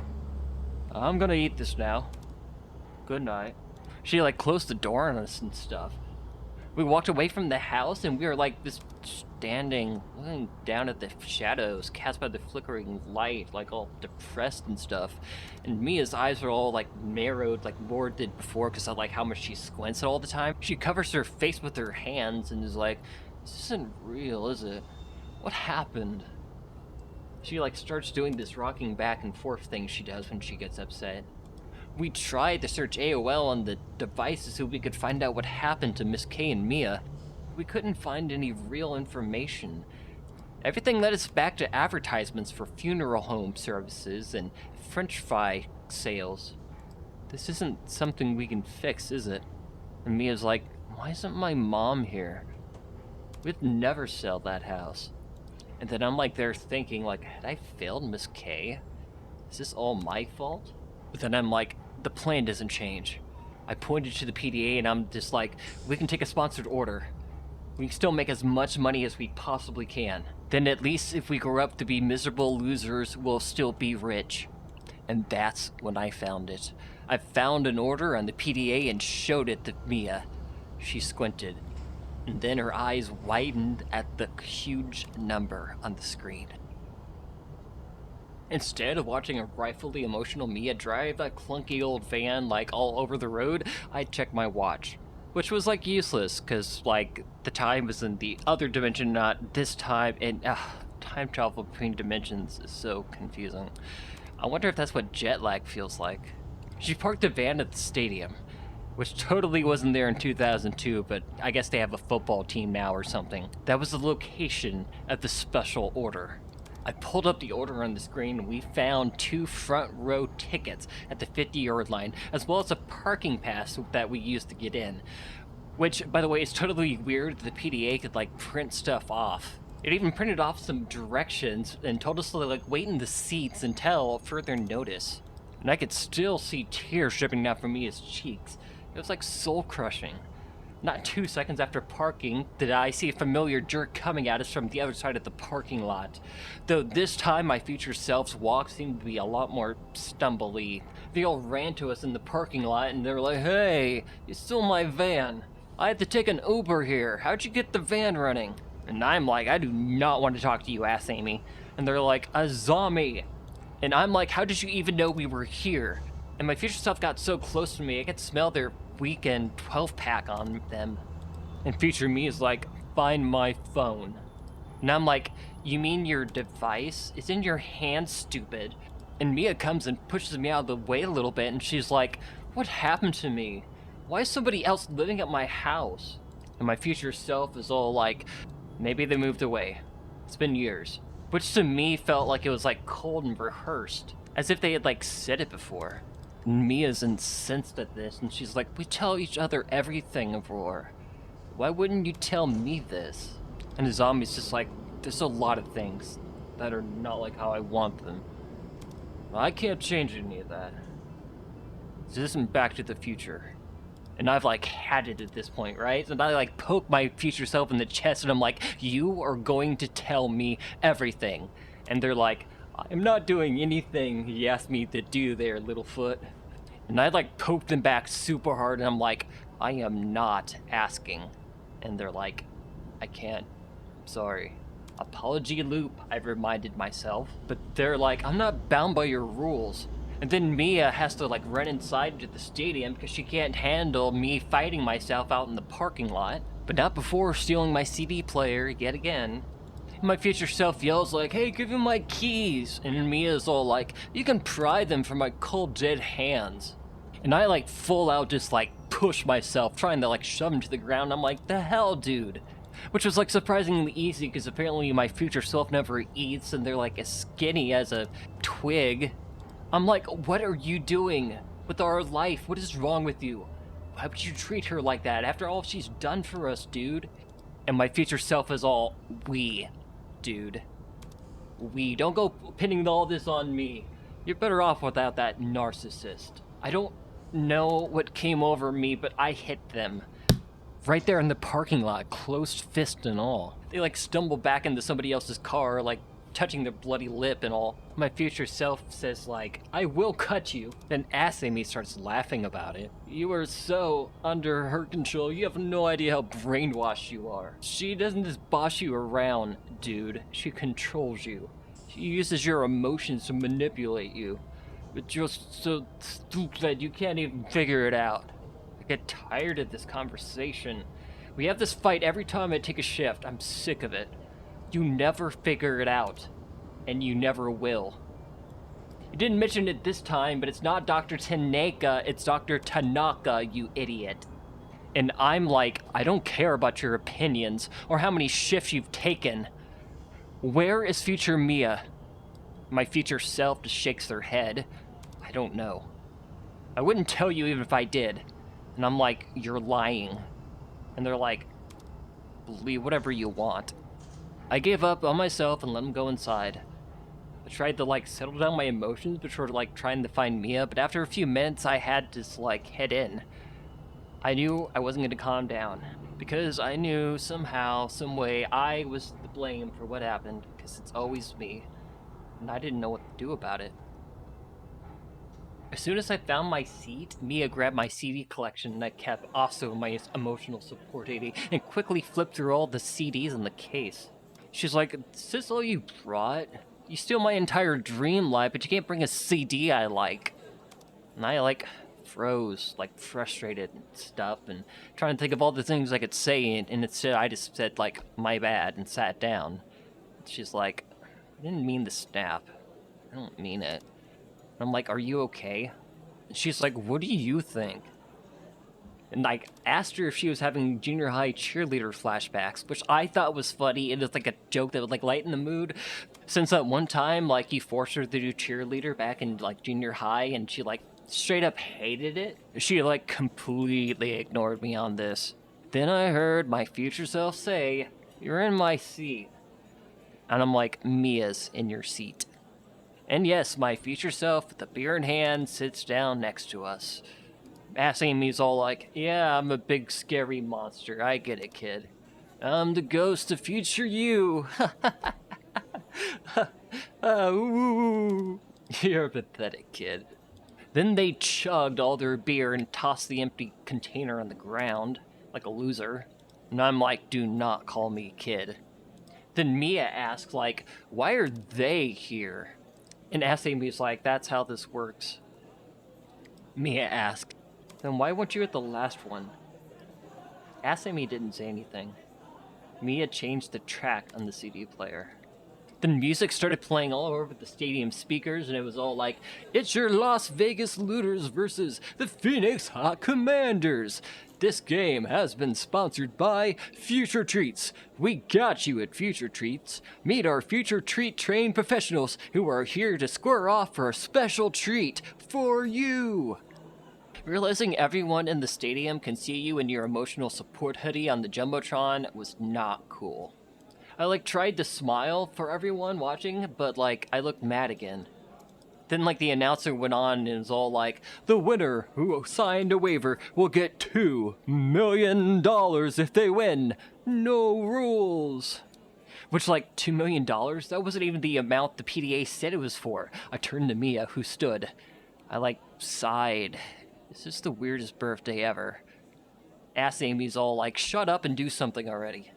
And like my future self is all like baring their teeth at me, like looking like they're about to go perform at the Olympics or something. From the center of the field, a rope came down with a briefcase and everything. And the announcers are all like, the first person to get the briefcase back to their seat wins. Good luck, Future Treat employees. A horn blew, and we heard hooting and hollering. I turned to run down to a gate allowing you field access, but I looked back to see if Amy followed me. They hadn't. They had jumped the rails and were running across the field into a tunnel. And then I turned to Mia, but she like wasn't there either. She had also like jumped and was like on the field running towards the case. She was all running through the cheerleading squad, and both teams are looking at each other like, is this really what we're doing? I tried to jump over the railing, but then my foot slipped and I like hit the concrete, so I like tried to get back up and that wasn't working. And I finally just kind of like crawled out the middle of it kind of and like fell like, I don't know, 10 feet. It was probably like 5. But it felt like a really far, long ways down. By that time, I already saw my future self running out of the tunnel with the ladder, and I see my future self rushing towards Mia, like about to hit her and stuff. I'm like, what the hell are you doing, ass Amy? Thankfully, Mia like heard me and stuff and like ducked like just in time. As I was like checking Mia to make sure she was okay and stuff, my other self was already climbing up the ladder, reaching for the briefcase. I like shoved the ladder and the whole thing came crashing down. And I like tackled my future self at the knees, like trying to keep them down as Mia like tried to get the ladder like back up. And just as she had gotten it like standing, ass Amy like throws me against it, so she's having to like really like struggle to climb up to the top. And she like grabs it just as ass Amy's pushing me again. She like knocks the ladder down and she's like just barely able to land on the ground, and just in time for ass Amy to take the briefcase out of her hands. And my future self like made a mad dash back towards their seat. And Mia goes running after them and like trying to catch him. And they're both climbing up the rails like so close to their seat. And I see ass Amy like go to like kick her hand so she falls. But like ass Amy didn't that time. Instead they looked at me and flipped me the bird, then sat down in their seat. And the announcer announced through the intercom, "We have a winner!" Mia, with her hands folded, sat next to my future self. Me, panting from having skipped PE class way too many times, I finally returned to my seat. My other self was sitting holding the suitcase tight. It reminded me of those nature films where some animals hold the dead things in their mouths, like all proud or whatever. But I'm like, dude, you must hit her. What were you thinking? Why would you? And my other self says, in a few minutes it's not gonna matter. I don't want to answer you, either. They pointed at Mia. I keep starting a new shift every time I get back to the store. I've been doing this for a while. I know how to win. Mia just kind of shook with disappointment. You've seen other Mias and Aurores? And my other self was like, not you, Mia. Don't worry about it. And then I asked, what happens to the losers of this game, this shift, this job, or whatever this thing is? The ones who don't get to the reset point, what happens? And ass Amy takes their time to answer. Everyone who doesn't make it to the reset point is okay. The company gives everyone cupcakes and giant hugs because they care. I said don't worry about it. And I'm like, every shift? You do this over and over? And they're like, I told you when I first met you, I was planning on being the one to get out of here, and nothing that you did mattered. I told one of you, anyways. No, I guess I didn't this time. That was the last. Just don't worry about it. And I tell Mia, like, let's get out of here. She's like, yeah. I'll meet you outside. My other self starts, like, waving. See you, gatekeeper. I stood up, shaking my head, just angry. Are you gonna sit there? We don't have a lot of time on this shift. My future self is like sitting there all cool and stuff, like, I've done this before. If I don't see you again, like, peacefully, good luck. And I'm like, screw you too, and I walked away. I almost left the stadium, but a video ad in the food area caught my eye. Something about having drinks delivered to your seat, like alcoholic ones. I like looked towards the field and watched the players like clank helmets together and whistles blowing and people cheering, and I just like made a choice. I'm like, hey, yelling to like a woman in the vending cart. I'm like, what's the strongest drink you got? They looked at me all weird like, you got ID? And that's when I showed them my future self's ID. I ordered Ass Amy something strong called a mind eraser. Then I told her to like add a note saying happy birthday and to put as much booze in it as she could. If only one of us was going to get out, it was going to be me. Episode 4. A what limit? Mia sat in the driver's seat, looking through the clutter for tapes, looking deep in thought. The van door shut. She winced in pain as I once again forgot not to slam the door. And like the only thing I could think to say was, "Don't be sad. We can take back what we made to your mom." She turned to me. "You don't listen to anything I say. I don't understand, Aurore. Why don't I get to know what happens to future me? Where's my future mom? Why is future you such a... We can do the same thing the other me does. We can take other chefs and we can have as much money as we want." And do what? Send them to the place where they get cupcakes? Are you kidding me with this? Do you understand what is happening? You're not beating them. You are killing them. We need to hurry. None of this matters anyways, not when the timer ends. And when we get back to the reset point, we can... You aren't understanding me, Aurore. I think... You don't care about me at all. You don't care about anything. Not even yourself. That's not true. I would never... You don't know that. We can fix this. We can work the issues out between us with this job. We can be stable. And Mia's like, "I'm supposed to be okay with you watching you kill yourself with an 8-hour shift every day, over and over? I thought we were getting better. But how can we when you're having an identical dimension deathmatch with yourself constantly? For what? Ass Amy's not poor. And if ending the shift means that the universe that you're in is destroyed, then you are like Ass Amy, the destroyer of worlds, dude. Thanos has nothing on your body count. You make Ted Bundy look like an amateur. Mia, I don't know why the future me does anything, but I don't think future me means to suck. I'm still lost. When I'm lost, I do things to try to keep myself stable. You taught me that.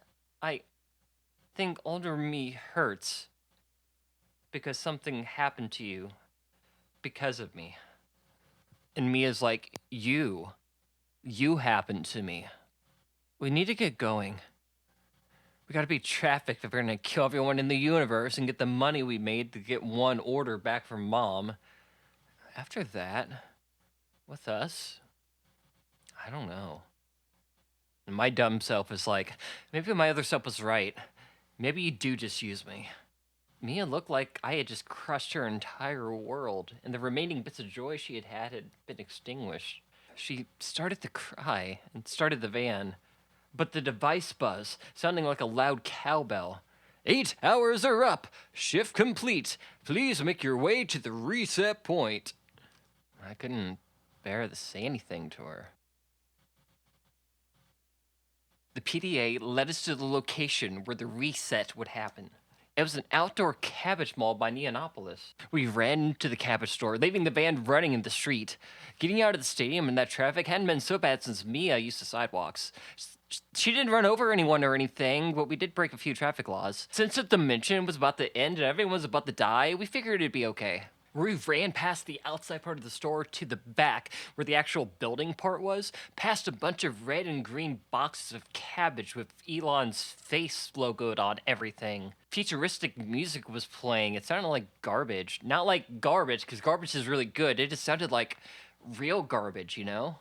We heard a lady from the back of the store call out to us, "You have arrived." And I guessed it was the same goggled lady from the paint party.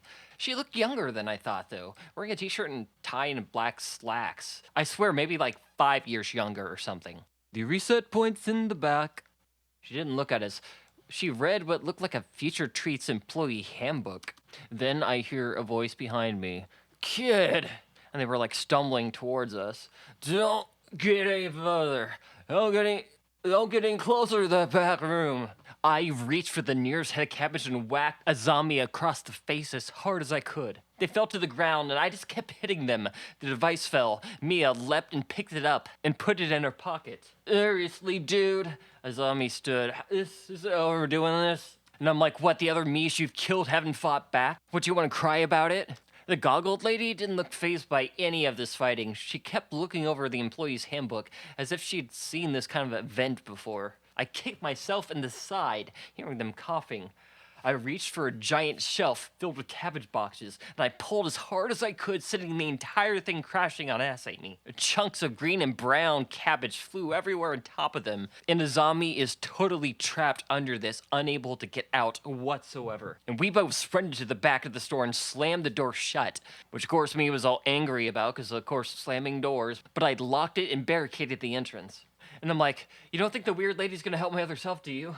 Something felt like I was standing on the wrong side of the door. I don't know why, but that annoying voice inside that in your head that tells you to walk in the oncoming traffic was screaming at me not to do what I was doing. I didn't listen. I was really gonna go through with this. I didn't know how to stop from getting everyone hurt, but I didn't try hard enough. But I forgot all of that when I saw in the middle of the room a large duffel bag stuffed as full as it could get. On top there was like a bulb that stuck out. It was like lit green. Behind those were 2 red boxes on a shelf not far from the back exit, filled with what looked like gold future treat vouchers for the amount we had made on the orders. And right next to that, Azami's vouchers for the amount they won. And of course, I gotta open the bag and see what's in. And when I do, I see a bunch of USB sticks and money and Beanie Babies and like the original Star Wars film print. I tried to take some money out of it, but the light on top turned red and started barking at us. Bark, bark. That is property of Future Treats. Bark, bark. How do we get this over with? Mia said. I hesitated, realizing I was hoping a zombie would be able to get out of those shelves. Why didn't I hate my other self in that moment? Like, I had every right to, but my other self didn't come banging through the door. Maybe if they hadn't totally become my mom, maybe they would have, like, the strength to fight, but they were stuck, like me. An option on the screen popped up. It read, reset. This was the only way to end the shift, to get back to my own dimension, but that feeling of being sucky didn't stop. The feeling didn't stop, but I tapped on the PDA. I pressed confirm. Something wasn't right. The sound was off and it hummed and clanked. And then it zapped my hand and I felt it like burning deep in my skin. It was really irritating. Whoa, whoa. Please reduce weight. Can't reset with the amount of weight detected. Bark, bark. It has a weight limit. This is ridiculous. Why? Maybe this isn't supposed to be a 2-person job. How can we reduce the weight? Do we leave some of our vouchers? Like, that's the sensible thing to do, right? But no, Mia's like, my mom needs that money. She took off her shoes and flung them across the room into a cabbage box. So, of course, I start doing the same thing she does, and I take my shoes off, too. Then Mia's like, take off your clothes. I swear, it was her idea. It was not mine. And I was totally against the idea. I don't want to associate getting undressed with killing an entire universe. And I'm like panicking. I'm like, I promised your mom I wouldn't take off my clothes for money. That's what you do at every job in one way or another. Come on. And we took like everything off, like our watches, my hoodie, which that thing really must have been weighing a ton by then. There we were, standing in a room only in our sports bras and boy shorts, feeling like idiots. I hit the reset button again, and it shocked both of us this time. Barky bark, still too much weight. I'm like, we need to leave our share of the money. And Mia's like, I can't do that to my mom. I can't. This might be the only chance I get the help with whatever happened in this messed up future. I won't leave it. We can take like maybe half of it. Then Mia had the freaking worst idea ever. Ask Amy's PDA. We can like take both of them and end the shift at the same time. Hit the buttons at the same time? I asked. And she's like, that would have to up our weight limit or whatever. Then a loud thud came from the back of the exit door, and my other self was finally pounding, and I heard my other self scream. We have to do this, I said. It's the only way. Stop myself from hurting me. We closed our eyes, and we both hit the reset button at the same time. Congratulations on winning your shift. You win! Confetti burst into the air. A rumbling sound sounded off in the distance. Both of our devices roared and crackled and getting louder and louder. I heard my future self cry out from the other room. A zombie had broken down the door and they stood looking at me, devastated. My vision turned blurry until I saw the familiar spins of light circling towards a dark hole. Only now there were two dark holes on opposite sides of each other. I could hardly see, but Mia came into focus, holding on to a zombie's PDA. She was in the air, space like I was. But she was headed towards a different dark hole thing than I was. And then I saw a flash, and she was gone. Flames engulfed everywhere we were, and the last thing I remember is listening to my future self screaming in pain. Then it got cold. Welcome home to your timeline, the PDA said. This reset has been sponsored by Bob's Apples. Have a free apple on us. When I came to, I was back at the roundabout. The van's engine and headlights were still on. I was holding the duffel bag of money and a zombie's vouchers worth $2 million. Everything looked exactly the same as if we had, never left. Except Mia wasn't there. Bob knows apples like the sunset knows the Grand Canyon. It's a ray of sunshine on a cloudy day. Hey, I heard a voice say, Aurore Chandler? I turned around. The worker from the cabbage store stood on the sidewalk nearby. Yes, I'm Aurore Chandler, I answered. The goggled lady looked older now than she had in the other dimension. I'm here to pick up the duffel bag. She rubbed her thumb across her fingers, waiting for me to comply. Congrats on winning the shift. Where's Mia? I asked. Future Treats is not responsible for lost items. Hand over the bag, please. I paused. No. I want my friend back. And my other self. And everyone in that universe. You should have picked another profession. She grabbed the bag out of my hands. Thank you for working for Future Treats. She had left. What kind of sick game was this? I didn't know what to do, but I felt like I needed to get Mia's van back in the garage. So after getting lost and everything, it took me an hour to make it to Mia's house. I drive the van into the garage and I step out. I put the keys in my pocket. Without thinking, I slam the van door. Again, because I can't do a single thing right, but I wasn't thinking. I couldn't think. I couldn't breathe. Miss K rushed out of the kitchen like she had in the other universe. Rory, what are you doing in my garage? With Bianca's van? Where's Mia? I gasp. I thought to myself, hold it together, Aurore. Hold it together. Mia's gone. There's a way to fix this. But then I realized I wasn't talking to the Miss K I had talked to. That Miss K was dead. So was everyone else. I bit my lip trying to avoid crying. Aurore. Aurore, I need you to speak to me. What are you doing here? And why aren't you wearing clothes? The real Miss K said. And I'm honestly like, I don't know, I swear. What happened?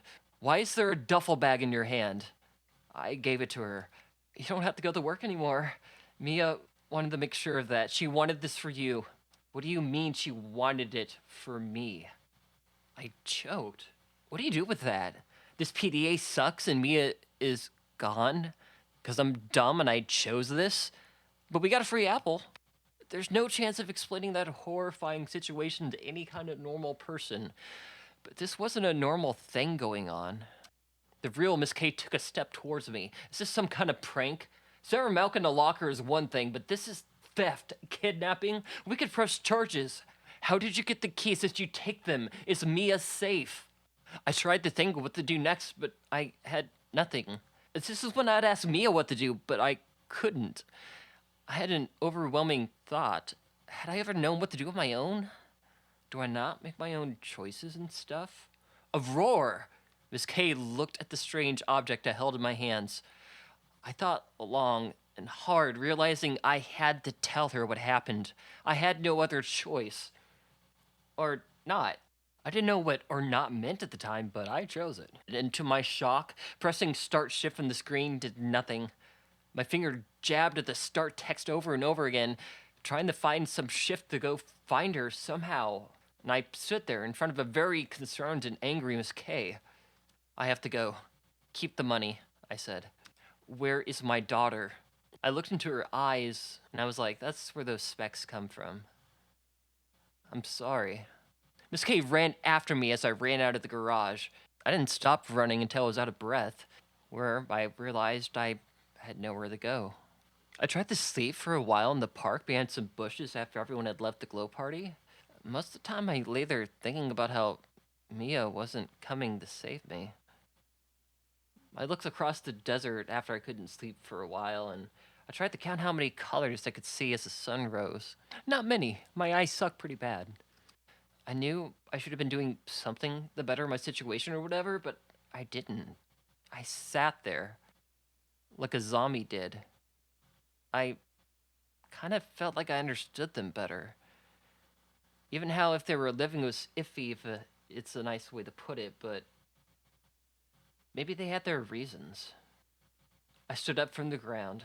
The light flickered behind me and all and stuff, and I headed to the bus stop down the street. I had to find a way to save Mia. Episode 5. There are no cupcakes. So in my mind, the first thing I had to do before going and saving Mia was finding a CD that she liked, which led me back to my high school. Which it was around Halloween time, so there was a bunch of like paper pumpkins and witches like swinging on clips from the ceiling.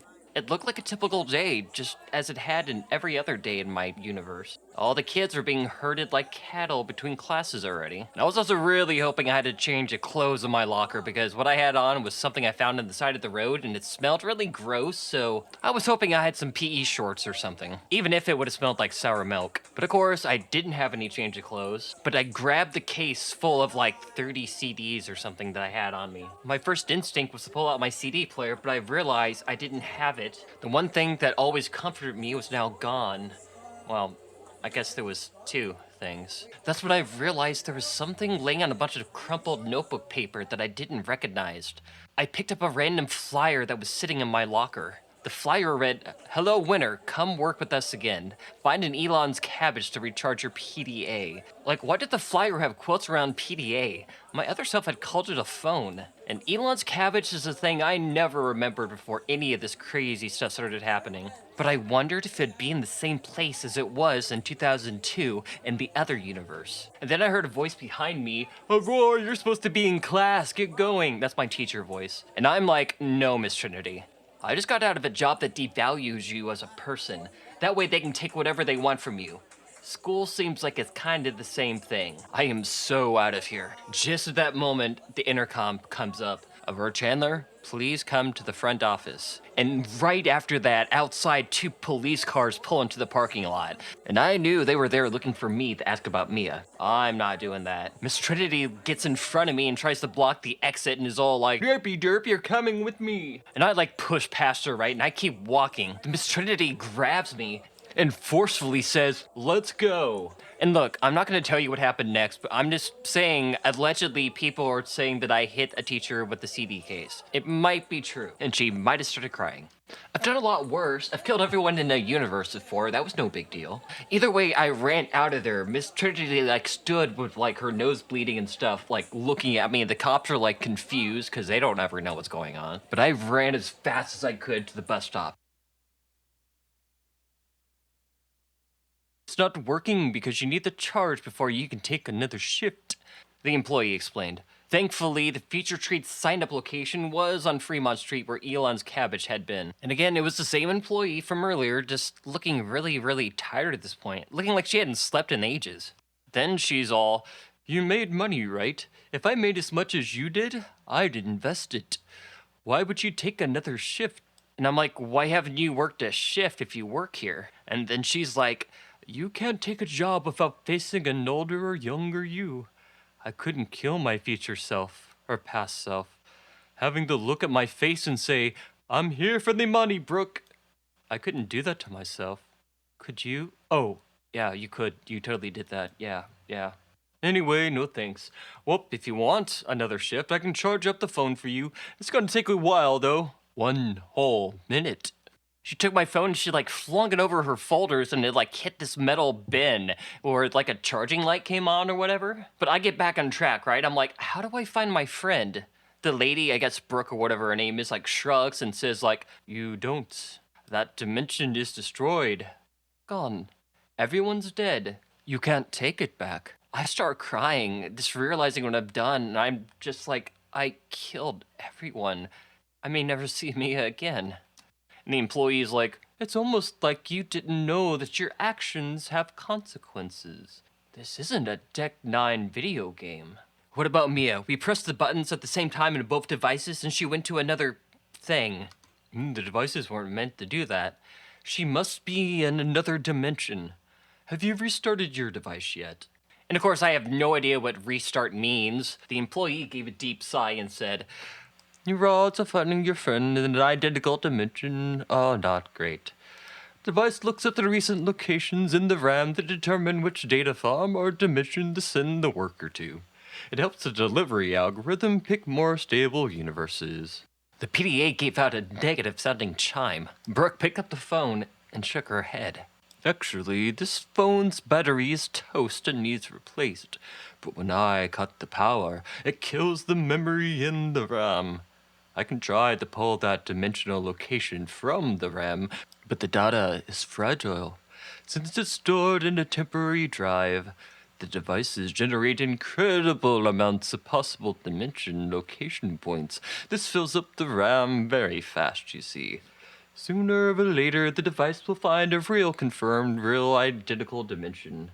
Companies buy this identical dimension points at auction, which goes for billions of dollars. So you see, this code is very valuable. So the phone spits out an insane number of tiny codes looking for this confirmed IDP. Trying to find one of those where your friend might be is like finding a certain rock at the bottom of the ocean. Your situation is like burnt toast, I would say. And I'm like, you totally lost me before the random toast part. Is the phone lightly toasted where it's boring, or is it burnt toast that sticks to the top of your mouth and you eat it and like this? It's sticking to the top of your mouth, and it's soggy, but you can't remove it. But do you want the toast or not? Because you can start a shift on it, and you might be able to get back to the dimension your friend is in. But not on that phone's battery. Not an 8-hour shift. Unluckily, I know a solution. But it's going to suck. Hold on to your butts. Brooke typed a bunch of stuff on the phone and then showed me some stuff. I had no idea what she was talking about whatsoever. But I just kept nodding my head, hoping things were going to work out for the best. Finally, she's like, are you sure you want this? If you do, future trees can't send anyone to save you. I can't leave her. I promised. I don't mean to be judgmental, but that's a pretty weak answer for what you have to do. But, okay, I'm going to switch some settings to help you out. I ask one favor. On the condition that this works, I will present it to you at a later time. Is this acceptable? Anything. Whatever it is, as long as I can get Mia back. She shrugged, and after doing more typing, she handed the phone back to me. Deal. It's going to suck. The phone's charge is only halfway.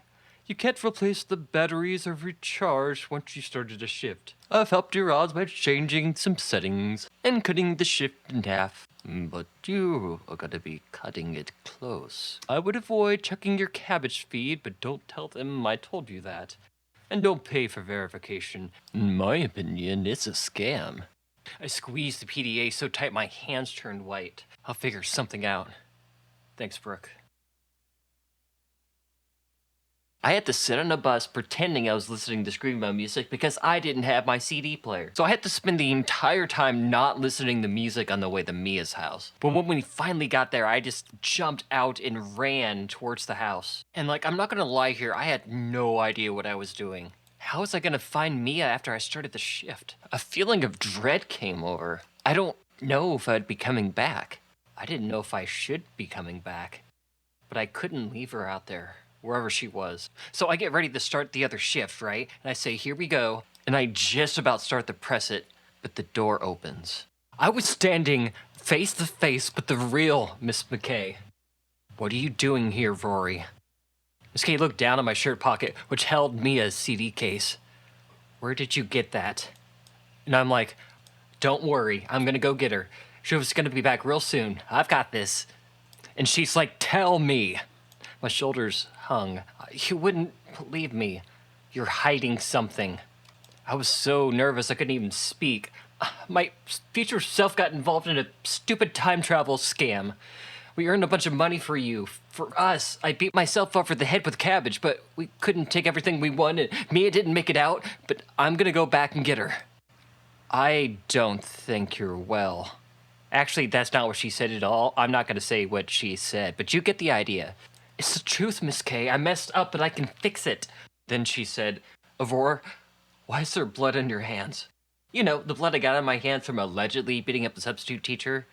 It looked super bad. Charged at me as if she were a bull and I was a rodeo clown. Without thinking of anything I was doing, I pressed start shift. The PDA made this roaring dial-up sound, a noise it had never made before. On the top right of the screen, the battery icon flashed. The picture showed battery less than half full. This will be the reset point you will return to, the device reminded me. Miss K grabbed my shirt and pulled me towards her. I tried to run, but she wouldn't let me go. The PDA kept swirling and puttering. And I'm like, get away from me. But confetti burst out of the device and landed on the ground. The cosmic light show thing that Brooke had talked about began, and we drifted towards another identical universe. Miss K was still grabbing at me, but we were drifting together. I found myself at the entrance of Mia's house again, arriving in the new identical dimension. The doorknob wouldn't turn, no matter how hard I tried it. I turned to a stunned Miss K who was just standing on the lawn with her jaw dropped. I guess she looked like she had just time traveled when she wasn't expecting that to ever happen. And something began to play through the phone. Thank you for choosing to work for Future Treats. This shift has been sponsored by New Dip Fun Burgers. We changed the recipe and dipped the fun back into our burgers. 2 for $20, but order now and get a third for only $10 more. Must sign waiver. The Fun Dip Burger. No refunds. All crimes committed in an identical parallel universe are deemed imaginary by law in the U.S. I don't know who's inside, but I need your help, whoever is in there. I began pounding on the door, like hoping, and kicking so hard that I lost feeling in my bare feet. Someone. Miss K came running, crying to me, Aurore, why did I get teleported a few inches away from where I was? What happened? And I'm like, it's a new identical dimension. I need one of us to understand what's going on here, Miss K. We both can't be clueless through this entire thing. I kept pounding, hoping somebody would answer. The door opened. Hand bracelets rattled. Mia was standing at the door. Kind of. This girl wore about 70 million necklaces around her neck as if it was the coolest thing ever. And her long blonde hair was so long it went way below her shoulders. And little Mia's like, ew, are you Aurore's sibling or something? And what is up with the blood and stuff? And I'm like, what year is it? Junior high Mia was looking at me totally confused. She was twirling her hair and was all squinty. And she's like, is that you, Mom? You're supposed to be in Phoenix for 2 weeks. You look tired.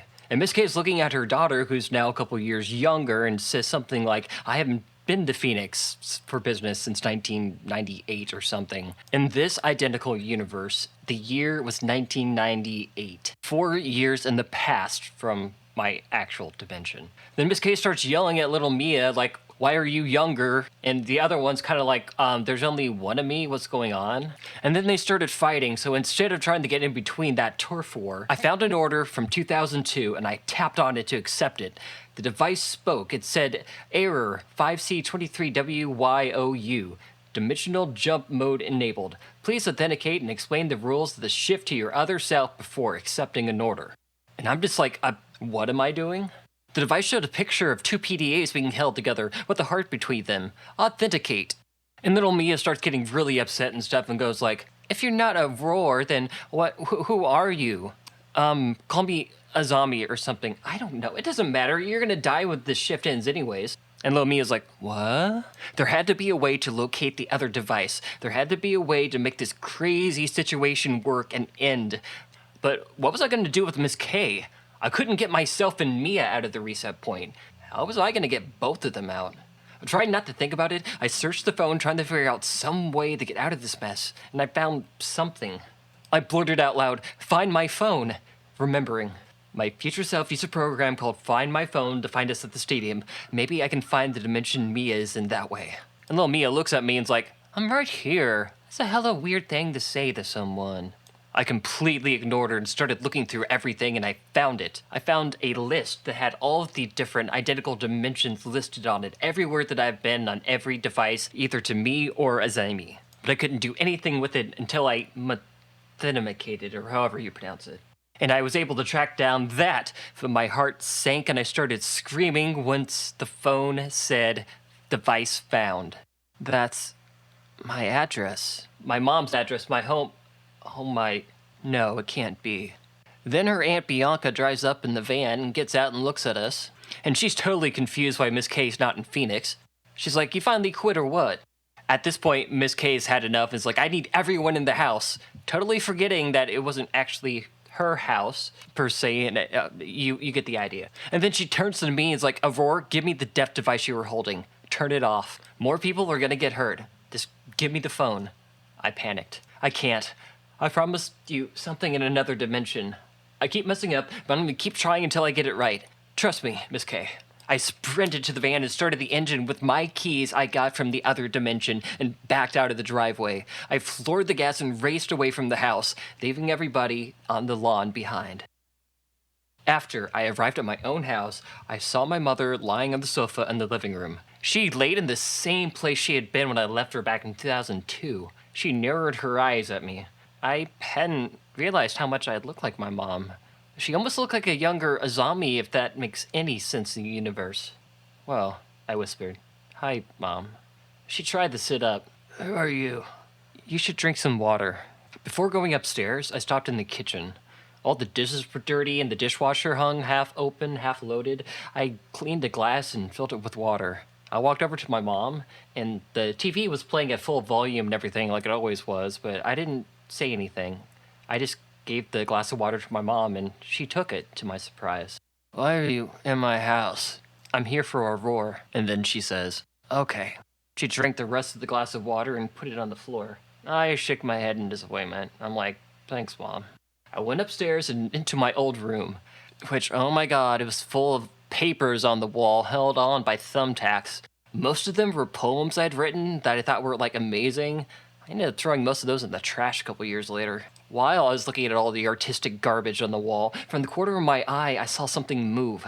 Somebody was standing on a chair, looking into a mirror I had kept on an old dresser. And I was like, no freaking way.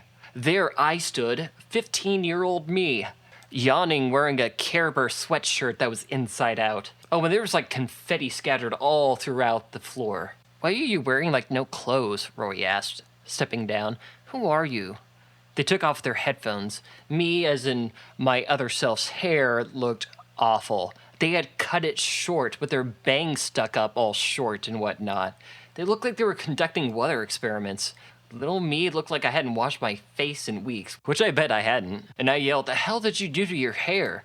I cut it, and I found some photos of someone who looked like me but older in the U-Pad and decided to cut it like them. Which, by the way, I had never and would never cut my hair like that. And like, quick side note, did I really sound like that? That annoying little voice? Do I still sound like that? Oh my god, I do sound like that still. Ugh. Anyways, I said, "It doesn't matter. I need whatever thing you got in that package. The one that shot out that confetti." Another me's like, "You can't have my U-Pad. It has games on it." And I'm like, "There's games on here? Never mind, I need that phone now." "You're not the boss of me. Get out of my room." "I am the boss of you. I am you." "Ew, no, why do you look like that?" And I'm like, "What do you mean by that? Never mind. There's no time for this, Rory. You don't get a choice." I started looking through the room, through all the garbage I used to collect I called my special things. And then I'm like, "Where is the PDA?" And Rory's like, "I'm not giving it to you." I crawled under my little self's bed, because that's totally a hiding spot I had put something in. But that little brat hit me. I turned around, and there Rory was standing, holding a math book above their heads. And I'm like, "The hell, kid? Do you know how much they charge you if you damage those textbooks? Put it back." And little me is like, "I'm hitting you with something heavier if you don't leave right now." And I'm like, "Listen to me. You let me methenamabate with you, and I'll do anything you want. I've got a van. We can go anywhere. Do anything." Anything. Rory looked like they were thinking for a second. Then like a smile came over their face. At first, Rory hesitated to get into the van, but after I reminded them of the ice cream, they got in and fastened their seatbelts. It kind of sucked, actually. I knew I was that gullible, but I thought I was better than that. But no, I'm not. But it's okay to kidnap yourself, I think. What should I call you? Little me asked. Which really, little me should have been asking a lot more questions than this, but they didn't. And again, I'm like, Azami. Just call me Azami. Again, who cares what they call me because they weren't going to be there for much longer. And little me looks at me and's all like, I can't say that name, it's hard. It's not hard. A-za-me. Okay, A. Then Rory totally mentally checked out and was like looking out the window, counting light posts. I sighed and said like, cool kid, close enough. Kids were running everywhere at Sweet Scoops. What I thought would be a short stop for ice cream looked like it was going to take a lot more time. Time I didn't have. I could sucker the gullible little kid into authenticating another way. I looked at the PDA battery level and decided I was not going to fret about it, because if I fret about it, I'm going to keep checking. If I keep checking, the battery level is going to go down quicker. A lady from behind the counter told us that they were closed for a birthday party, which I was like, that's fine, we'll go somewhere else. But little me was not having it. Before I could drag myself out of the ice cream shop, I hear that sugary voice, "Awowie!" I turned my head and there she was, freaking Sally Lewis. She sat at a table in her cheerleading uniform, eating a sundae with the other kids sitting around a bunch of presents. And I realized this was the party I didn't go to 3 years ago. Because Sally was supposed to invite me, but I never got an invitation, and Mia was supposed to give it to me, and it turned out to be that big, huge fight. You know, the fight. In my dimension, when I went through that, what I remember is laying around all day upset. But Rory looked happy. And this didn't feel like the same dimension, yet it had to be. Not only that, Sally looked happy to see my little self there. I was gonna beat Sally up for not inviting me to this party, but it looks like she wants me here. And I'm like, what is wrong with you, kid? And of course, one of the parents at hearing this stands up and they like cross their arms, looking at us intimidatingly. But Sally is just like, it's okay, Mom. I apologize in the invitation Mia gave them. Oh, Wowie, come, let's have some cake. It's German chocolate. I tried to drag Rory out of there, but Sally had run across the room. She hugged them, and Rory didn't move, their eyes like whitened like a cat getting too much attention, not knowing what to do. And I'm like, the hell you doing, Sally? You hate me. And Sally looks at me and's all like, I don't know you? She's like still holding Rory still. And I'm like, look, we're just gonna go somewhere else. Then that crazy girl starts crying. Please don't go. We're playing the pool table and then we're having cake. And she started getting excited and like kind of bouncing a little bit. Oh, what kind of ice cream do you want? They have all the flavors. They have strawberry blasto-knot, blueberry. And then my little self like yells across the store, hey, ask Amy, what kind of ice cream do we want? And I'm like, it's a zombie.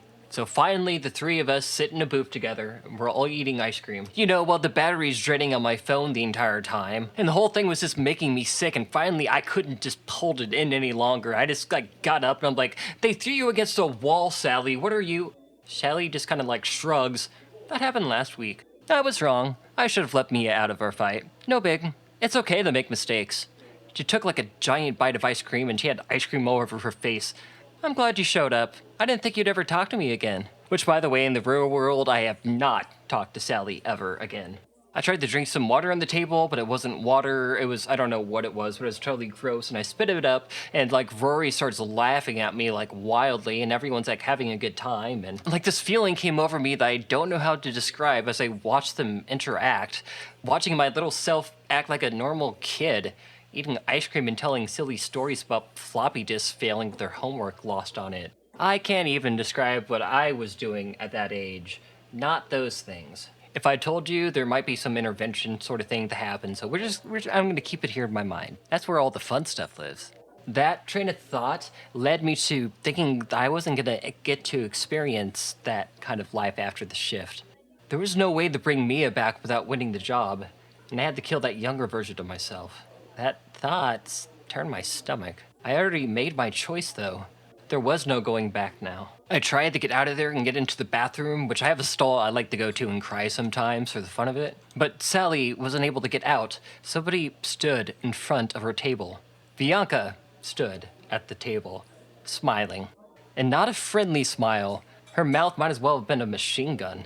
And she's like, stay there a moment. Tell me about your van. She crossed her arms and stared at me with the family wild bear eyes.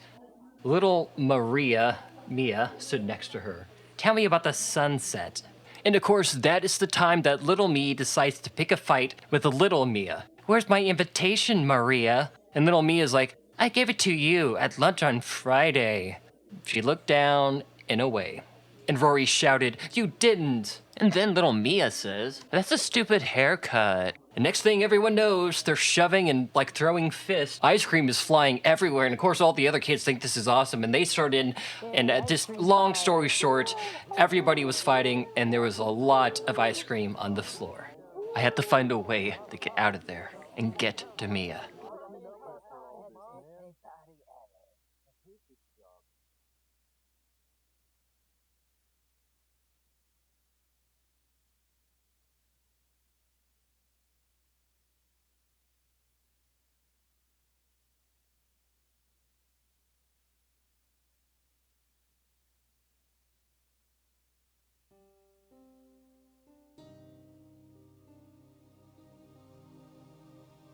Episode 6, The Reset. Heading in towards the booth, Aunt Bianca was chewing gum and holding Maria back. Sally gently stood in front of Rory, who was still swinging after the water fountain bully. It's a long thing. We used to fight over a water fountain and back in junior high. Just don't worry about it. That's not the important part. The important part is that I was trapped in that little ice cream shop and I could not get out. How about you tell me about your little joyride with my van, Sunset? Her aunt was totally steaming mad at us. And then I told her that is my van, and she almost sort of cursing at me, but in the reflection in the window, she saw all the kids and decided that wasn't a cool thing to do. And when I noticed that she did that, I saw a tiny crack on the lower part of the window. My eyes go directly to Rory's hand that's holding the PDA, close enough that I could reach it. So I grab my phone and I hold it as close to theirs as possible, and I hear, authenticated, data transferred, sweet treats, assets secure. Have a fun shift. I start freaking out because when I hear data transferred, I don't know what it means, but probably something bad if the information of where Mia was stored on the chip in my device or whatever. If that's been transferred, then that messes up the entire plan, what ifs. But I didn't have time to think about that. I grabbed Rory's phone and I took it and I used the edge of it to hit the glass of the window as hard as I could, which wasn't very hard apparently, since all it did was make a little ding, and Bianca is just standing at me like, amateur, not how you break a window. And that's when I flipped the table. Everybody backed up, and this gave me just enough space to just bolt out the door into the parking lot. And then Bianca comes rushing at me. I'm in the van trying to take my keys out of the pocket, put it into the ignition, but I'm all nervous and stuff, and I'm trying to get it started, and finally it starts, but she comes banging on the side of the door. Shift in reverse and stomped on the gas as hard as I could and drove out of the parking lot. I was in the clear, finally. Except I had one little problem. I had both hands in the steering wheel, and in my right hand I had Rory's phone, and I looked to my left, expecting my own PDA. It wasn't there, it was just my hand. I'm just driving like a dummy. I have the wrong device, I think, but the data transfer to, I was so confused. So I turn that thing around and come racing back into the Sweet Scoops. And I jump out and I tackle myself, and we struggle for a little bit, but I finally get my actual PDA back, and I got both of them. I stand up and I drop it again, because Bianca has knocked it out of my hand. I don't know about you, but I am not getting in a fist fight with that woman. So I jump back into the running van, and once again, I drive out of there. I'm screaming at myself the entire way, why can't I have just held on to it? And this is when I noticed that Rory's phone had been cracked in the fight. The entire edge of the phone was almost gone. I fought to hold back the massive panic attack that was coming on, and I kept having to swerve back into my lane, and it was awful. Suddenly, the death device starts buzzing. 1 hour until the end of the shift. So I check the PDA and see this message about it only being a 4-hour shift due to future treat minor worker labor practices or something. And I'm dang it, Brooke. The Future Treats worker had said this was gonna suck, but I didn't think that's what she meant. This wasn't something I ever would have picked. Now, when I say this, Rory's phone lights up and says, Aurore's voice recognized. Would you like to load your profile and your last known RAM image? And I'm yes, because I'm thinking that's what I wanted first, right? But then I remember that transferring RAM is dangerous, and I'm no, no. Then the device said, RAM transferred. This RAM transfer was sponsored by Carl's Auto Shop, the auto care center that cares more about your car than you do. Abusive piece of trash. Come by today, or else. Have you ever had a moment where you've lost all control of your senses and feelings? I had one of those, driving on the freeway. I had devalued myself to escape, and I was never gonna see Mia because of it.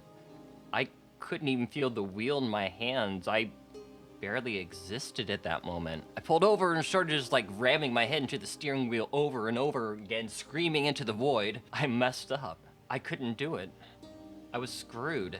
My only chance was to somehow beat my younger self and go back, to take on another shift, but I didn't know how. Then I remembered the duffel bag. I returned to the ridiculous cabbage store on the strip and turned off the engine. The timer on the phone was dwindling down to minutes remaining on the shift. When I went inside, Brooke was standing where she'd been the last time, still reading the handbook. Hello again. She starts laughing and stuff and's like, you know, you could get the money first. Neither of you have figured that out yet. The shift ends soon, so you better get that duffel bag, so our plan will work. And I'm like, why are you always here? And she's like, long hours. I'm living large. I've run into the same room where the duffel bag had been before, in a different identical dimension, that is, the one that I destroyed everybody in.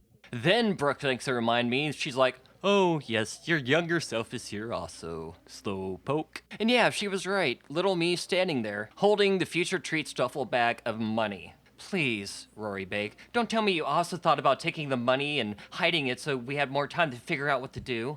And I'm like, yeah, that's totally what I was gonna do with that. Yeah, how about you give it to me? Miss K told me everything. I know this destroys the universe. And I'm like, how would she know anything? She wasn't even with us. Why didn't you tell me one of us was gonna die? Did you forget that she left a box of money at Miss K's garage? Which I get is like, duh, right? But Miss K must have figured it all out. That explained everything except one. Why was freaking Sally there? And I tell myself, I'm trying to figure out what's best for everyone. Choices are hard. And my younger self is like, you suck at making them. And I'm like, I know. You're supposed to keep messing everything up until you make it right. And that's why I need that bag of money from you. Let me think. How about, no, you freaking psychopath. You're not getting this money. I felt something smash against the back of my head. At first, I thought it had been hit in the head with like a wet pillow, but I rubbed the spot where I got hit and felt cabbage all over the place. I closed my eyes and said, hey, Miss K. I turned to face her and she lowered the cabbage. Oh, hey, Aurore. Or is Amy, whatever. And I'm like, I'm trying so hard to do the right thing. I'm trying to get her back. I wish you'd help me. Brooke told us everything. Can't do this. You're only in this for yourself. The devices started dinging and vibrating. The shift is over.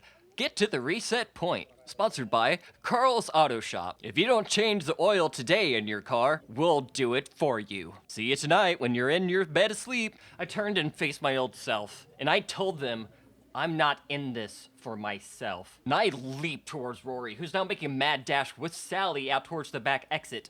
Rory had almost made it out, but the bag snagged at the corner of the door frame.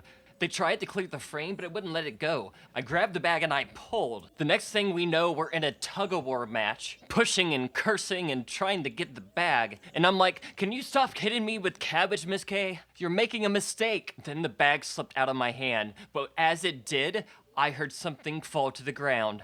Rory had dropped their PDA. Rory bear tackled me, but I reached out and was able to grab my phone back. I started rolling as hard as I could away from everyone.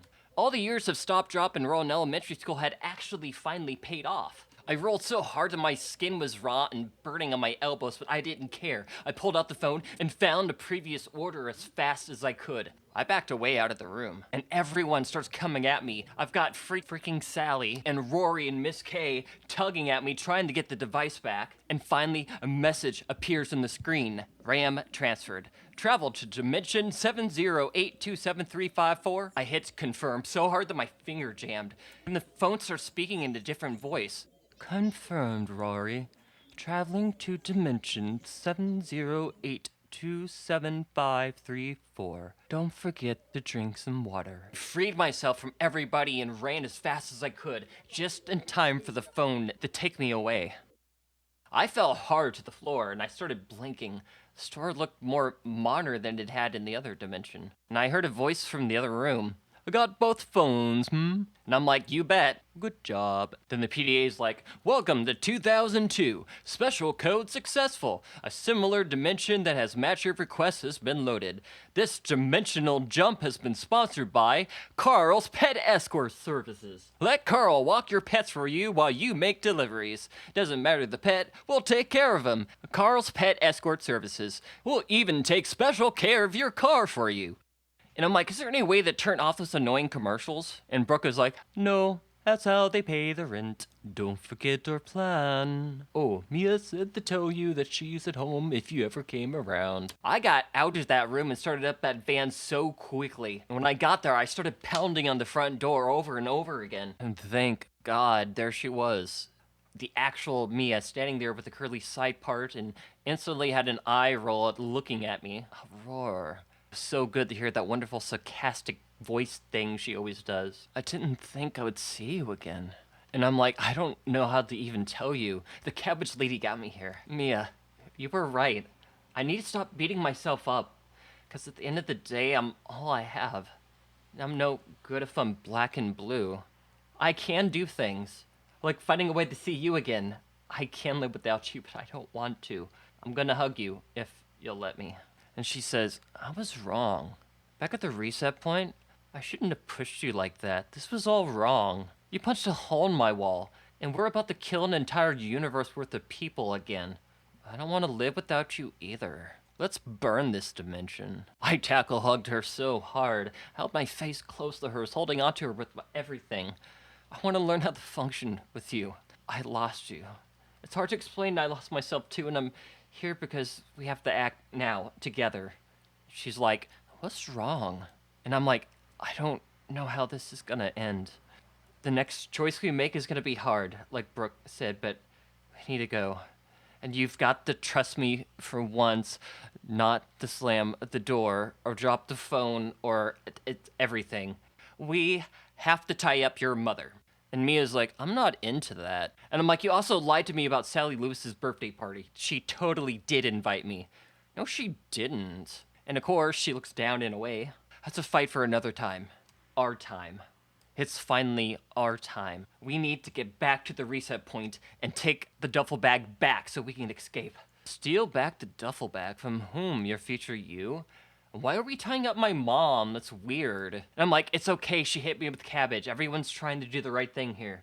I canceled my order in 2002, and I took another one back in 1998, but set it to go back to the other universe where Rory had the duffel bag. We hugged each other, and I hit confirm. Phone took us back for one last shot at getting things back to normal. The device shouted out, welcome to 1998. This dimensional jump has been sponsored by Jim Bob Shaving Cream. Jim Bob Shaving Cream gives you a close shave every time. Just about. Now comes in 3 distinct edible flavors. Raspberry, lemon, and extra whip. Or leave some on your garage door opener. Carl doesn't like shaving cream. Jim Bob Shaving Cream. So please return to the reset point so you can go home. From inside the house, we hear a loud crash, and instantly I figure it out. My little self is putting the bag of money and the company earnings under the bed. In little Mia's room, we kicked down the door, even though we had keys and stuff, and ran upstairs. Before I could even realize what's happening, I'm in little Mia's room, where everyone is there, like, ready for the final standoff. And I'm talking about freaking Sally, Rory, Miss K, little Mia. And Sally is just, like, standing in the corner watching, like she didn't even know what was going on. And then I realized there's one person missing, and I'm glad I thought that because I ducked instantly. I realized Bianca was waiting on the other side of the door, ready to hit me on the head with a hammer. As Bianca starts swinging at my knees, everyone else is throwing pieces of cabbage and whacking me in the head with it. My Mia is pushing other people off, trying to get people to talk to each other, but no, we keep fighting each other with cabbage. Finally, Mia runs and grabs the bag, and I start pushing people off of me that join her to run out of the house. Once we have the duffel bag, the phone starts saying, weight limit increased. Please return company property. And then I heard my younger self cry. It got quiet.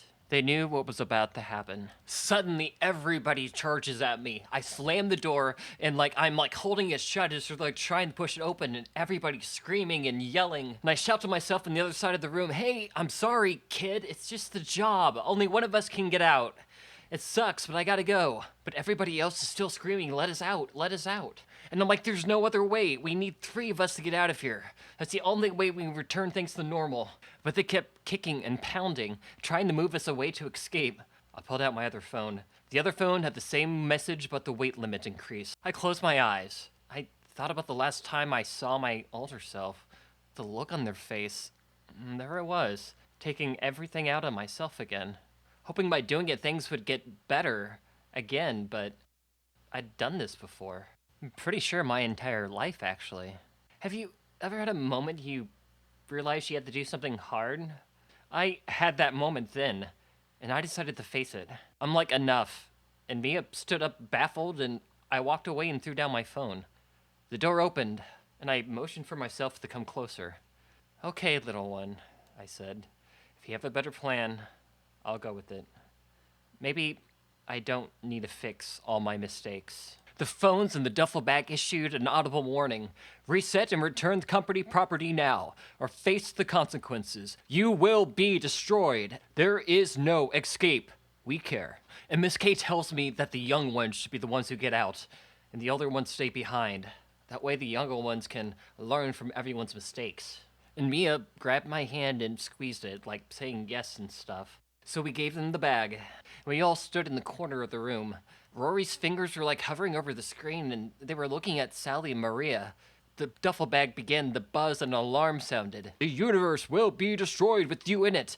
And I tell myself, go make a bunch of mistakes. And Rory, little Mia, and Sally are all standing there in what felt like a photo, not moving, blinking, breathing. The noise in the back kept growing louder and louder, and everyone's like, "Go on, Rory," in the shift. Then suddenly, little Mia just sighs. "Don't do it. Adults are dumb." Rory throws the phone down and is all like, "You adults act like you're all smart. I secretly think none of you have a clue what you're doing. How is this gonna solve anything?" I pick up the phone and I hand it back to my little self. "Rory, you're going in. You're resetting." And everyone starts fighting again, trying to put phones in people's hands, and it was a big, huge mess. And suddenly, Brooke just walks in. Future Treat employees is like, "Hello, I let myself in." She's carrying in a bunch of suitcases and personal belongings. And of course, Bianca's still has the baseball bat. It's like, "You're in the wrong house." But the Future Treats employee's like, "Nonsense. I'm here for my favor. This is an uncharted dimension. No one can find us here. So wait, why is everybody standing around the phone in the duffel bag? You weren't going to reset and kill everyone in the universe, were you?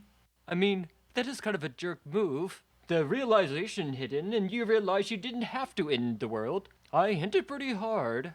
I said we had a plan. Are all the phones on airplane mode so we can let the batteries drain out?" We all looked at each other with wide eyes, and Roar and little Mia are just shaking their heads at us.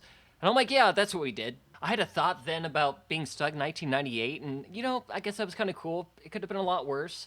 And we all kind of realized that we could just breathe. Everything was okay. And Brooke went on, saying that most employees don't even figure out the whole Future Treats was a scam, and it falls apart if you don't do anything. She was like, "No offense, but it took you a long time to figure that out. Anyways, I'll take some money from the bag and a few USB drives as part of the favor. The devices will run out of power after 48 hours. We just need to put it in a soundproof room until then. Well then, since I'm here to live, where's the bathroom? And do we have any cats?" And of course, she has to explain to me later that, she couldn't tell me about the plan because everything was being recorded, especially on the devices, and that all of her personal information was now shared with some company out there somewhere. But the important part was they couldn't find us here. But I remember facing my younger self and just being like, "I'm gonna learn to be cooler to you. I'm not gonna beat you up anymore, and from here on out, I'm your friend. We might not get along, but I promise I will fight for you. I don't know how, but I'll try." And my younger self is totally like, "You are still a psychopath and have very questionable moral values." And I'm like, "I know. I still want a sonnet." And Rory's like, "No." And suddenly everybody started hugging and crying. And the next thing I know, I woke up like I did most mornings when living at the K's house. Though I no longer had my emotional support hoodie, I'd never be able to replace. Well, actually, I could replace it if I went back to the same store and bought the same hoodie in the same year at the same time, but it still wouldn't be the same. Even though everything felt off, I kind of felt like it's much better than what I deserved. I'm not proud of everything I've done. If I had better information at the time, I would have acted differently, but that's how hindsight works. I'm learning. Sometimes our mistake hurts others. But we didn't kill everybody in the universe this time, so I'll keep doing the best I can. I made my way down the stairs and started a pot of coffee like I always do now. Rory sat at the counter, already up with their suitcases packed. Their hair stuck up way worse than normal, but nobody really cares anymore. You know you're allowed to make coffee, I reminded them. That wasn't always a thing when we lived at the other house. I have no idea if young me should be drinking coffee either, but that didn't stop me at that age, so I thought it'd be fair if we both just do whatever we want. But things with her mom had started finally getting better after she took a part-time job at Fukuyu Family Market. Dr. Tanaka opened a few years earlier when we told her what happened. Rory lives with me now. We tried to go visit when Mom wants to see us, but we're all getting there. And Rory's all, I'm putting milk in mine. That's fine. Little me pours a bunch of milk into their cup and then begins to drain the entire sugar container. I got annoyed watching them use all the sugar in the house. Sure, we have more money than we know what to do with, but we're figuring out our laundry arrangement with the store. You know, so we can pay taxes and spend money. I didn't want to buy more sugar. I wanted to say something about stop being wasteful, but when I saw my younger self and how they smiled, I decided that I should just leave it alone. Mia enters the room all grumpy and stuff, and Rory opened the fridge to put the milk back and totally slams the door. Rory turns all frightful of Mia and stuff, and Rory begins apologizing it, but instead Mia just says thank you for trying. Just as she said that, her other little self comes walking down the stairs and also gets a cup of coffee. We all sat there for a while, sipping on coffee and just enjoying the morning. I've reminded everyone that Sally's going to be there in a little bit and that her parents are dropping her off. I decided to head upstairs and talk to Miss K. I make another cup of coffee for Miss K and walk up the stairs and knock on the door. And I gave it to her after she opened it and I walked in. And I'm like, yeah, you said last night you wanted to talk to me? And she says, yeah, I'm finishing up packing. And I still need to call Bianca and call her before she takes off to meet us. I asked her if she was nervous about driving or, more importantly, meeting her past self for the first time. Yeah, the first time you guys talked on the phone, that did not go well. Yep, she said. She zipped up a large suitcase and then said, New York is far, but she needed time to think after what happened. And I said, we have time. Then she asked me, can you talk to my other self for me and tell her everything that happened? Because I'm not sure if I put it in the words okay. I think we're gonna keep fighting over the house unless you do that.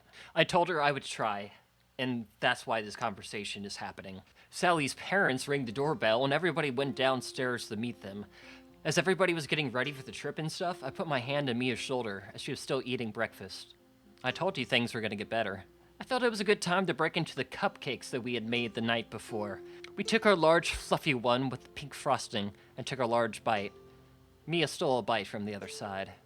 And that is how I finally learned to live with myself. Not that it's easy. Rory and I can't agree on anything, but I guess that's how things go. Mia and her little Mia pretend the other doesn't exist, but I think in time that might get easier. Meeting yourself and learning to love yourself for the first time is strange. And you might find yourself saying things you don't mean. Rory won't stop saying, I'd never do that. It's confusing, but we're gonna make it, and so will you two. You just need to take it easy on yourself. Oh, and have you thought any more about what you wanted to call yourself, other Miss K? The end.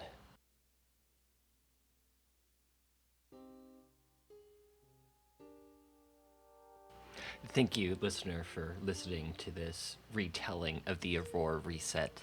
I think I'm going to do this every couple of years, do a new recording and give it a new oral spin, so to speak. Don't forget to check out my other stories on there, such as my Whispers Bay series, or I have a space one that's coming out soon, so stay tuned for that. You can keep up to date with all of my latest stuff at lookingforcows.com. Until next time, cow watchers, good luck looking for cows out there.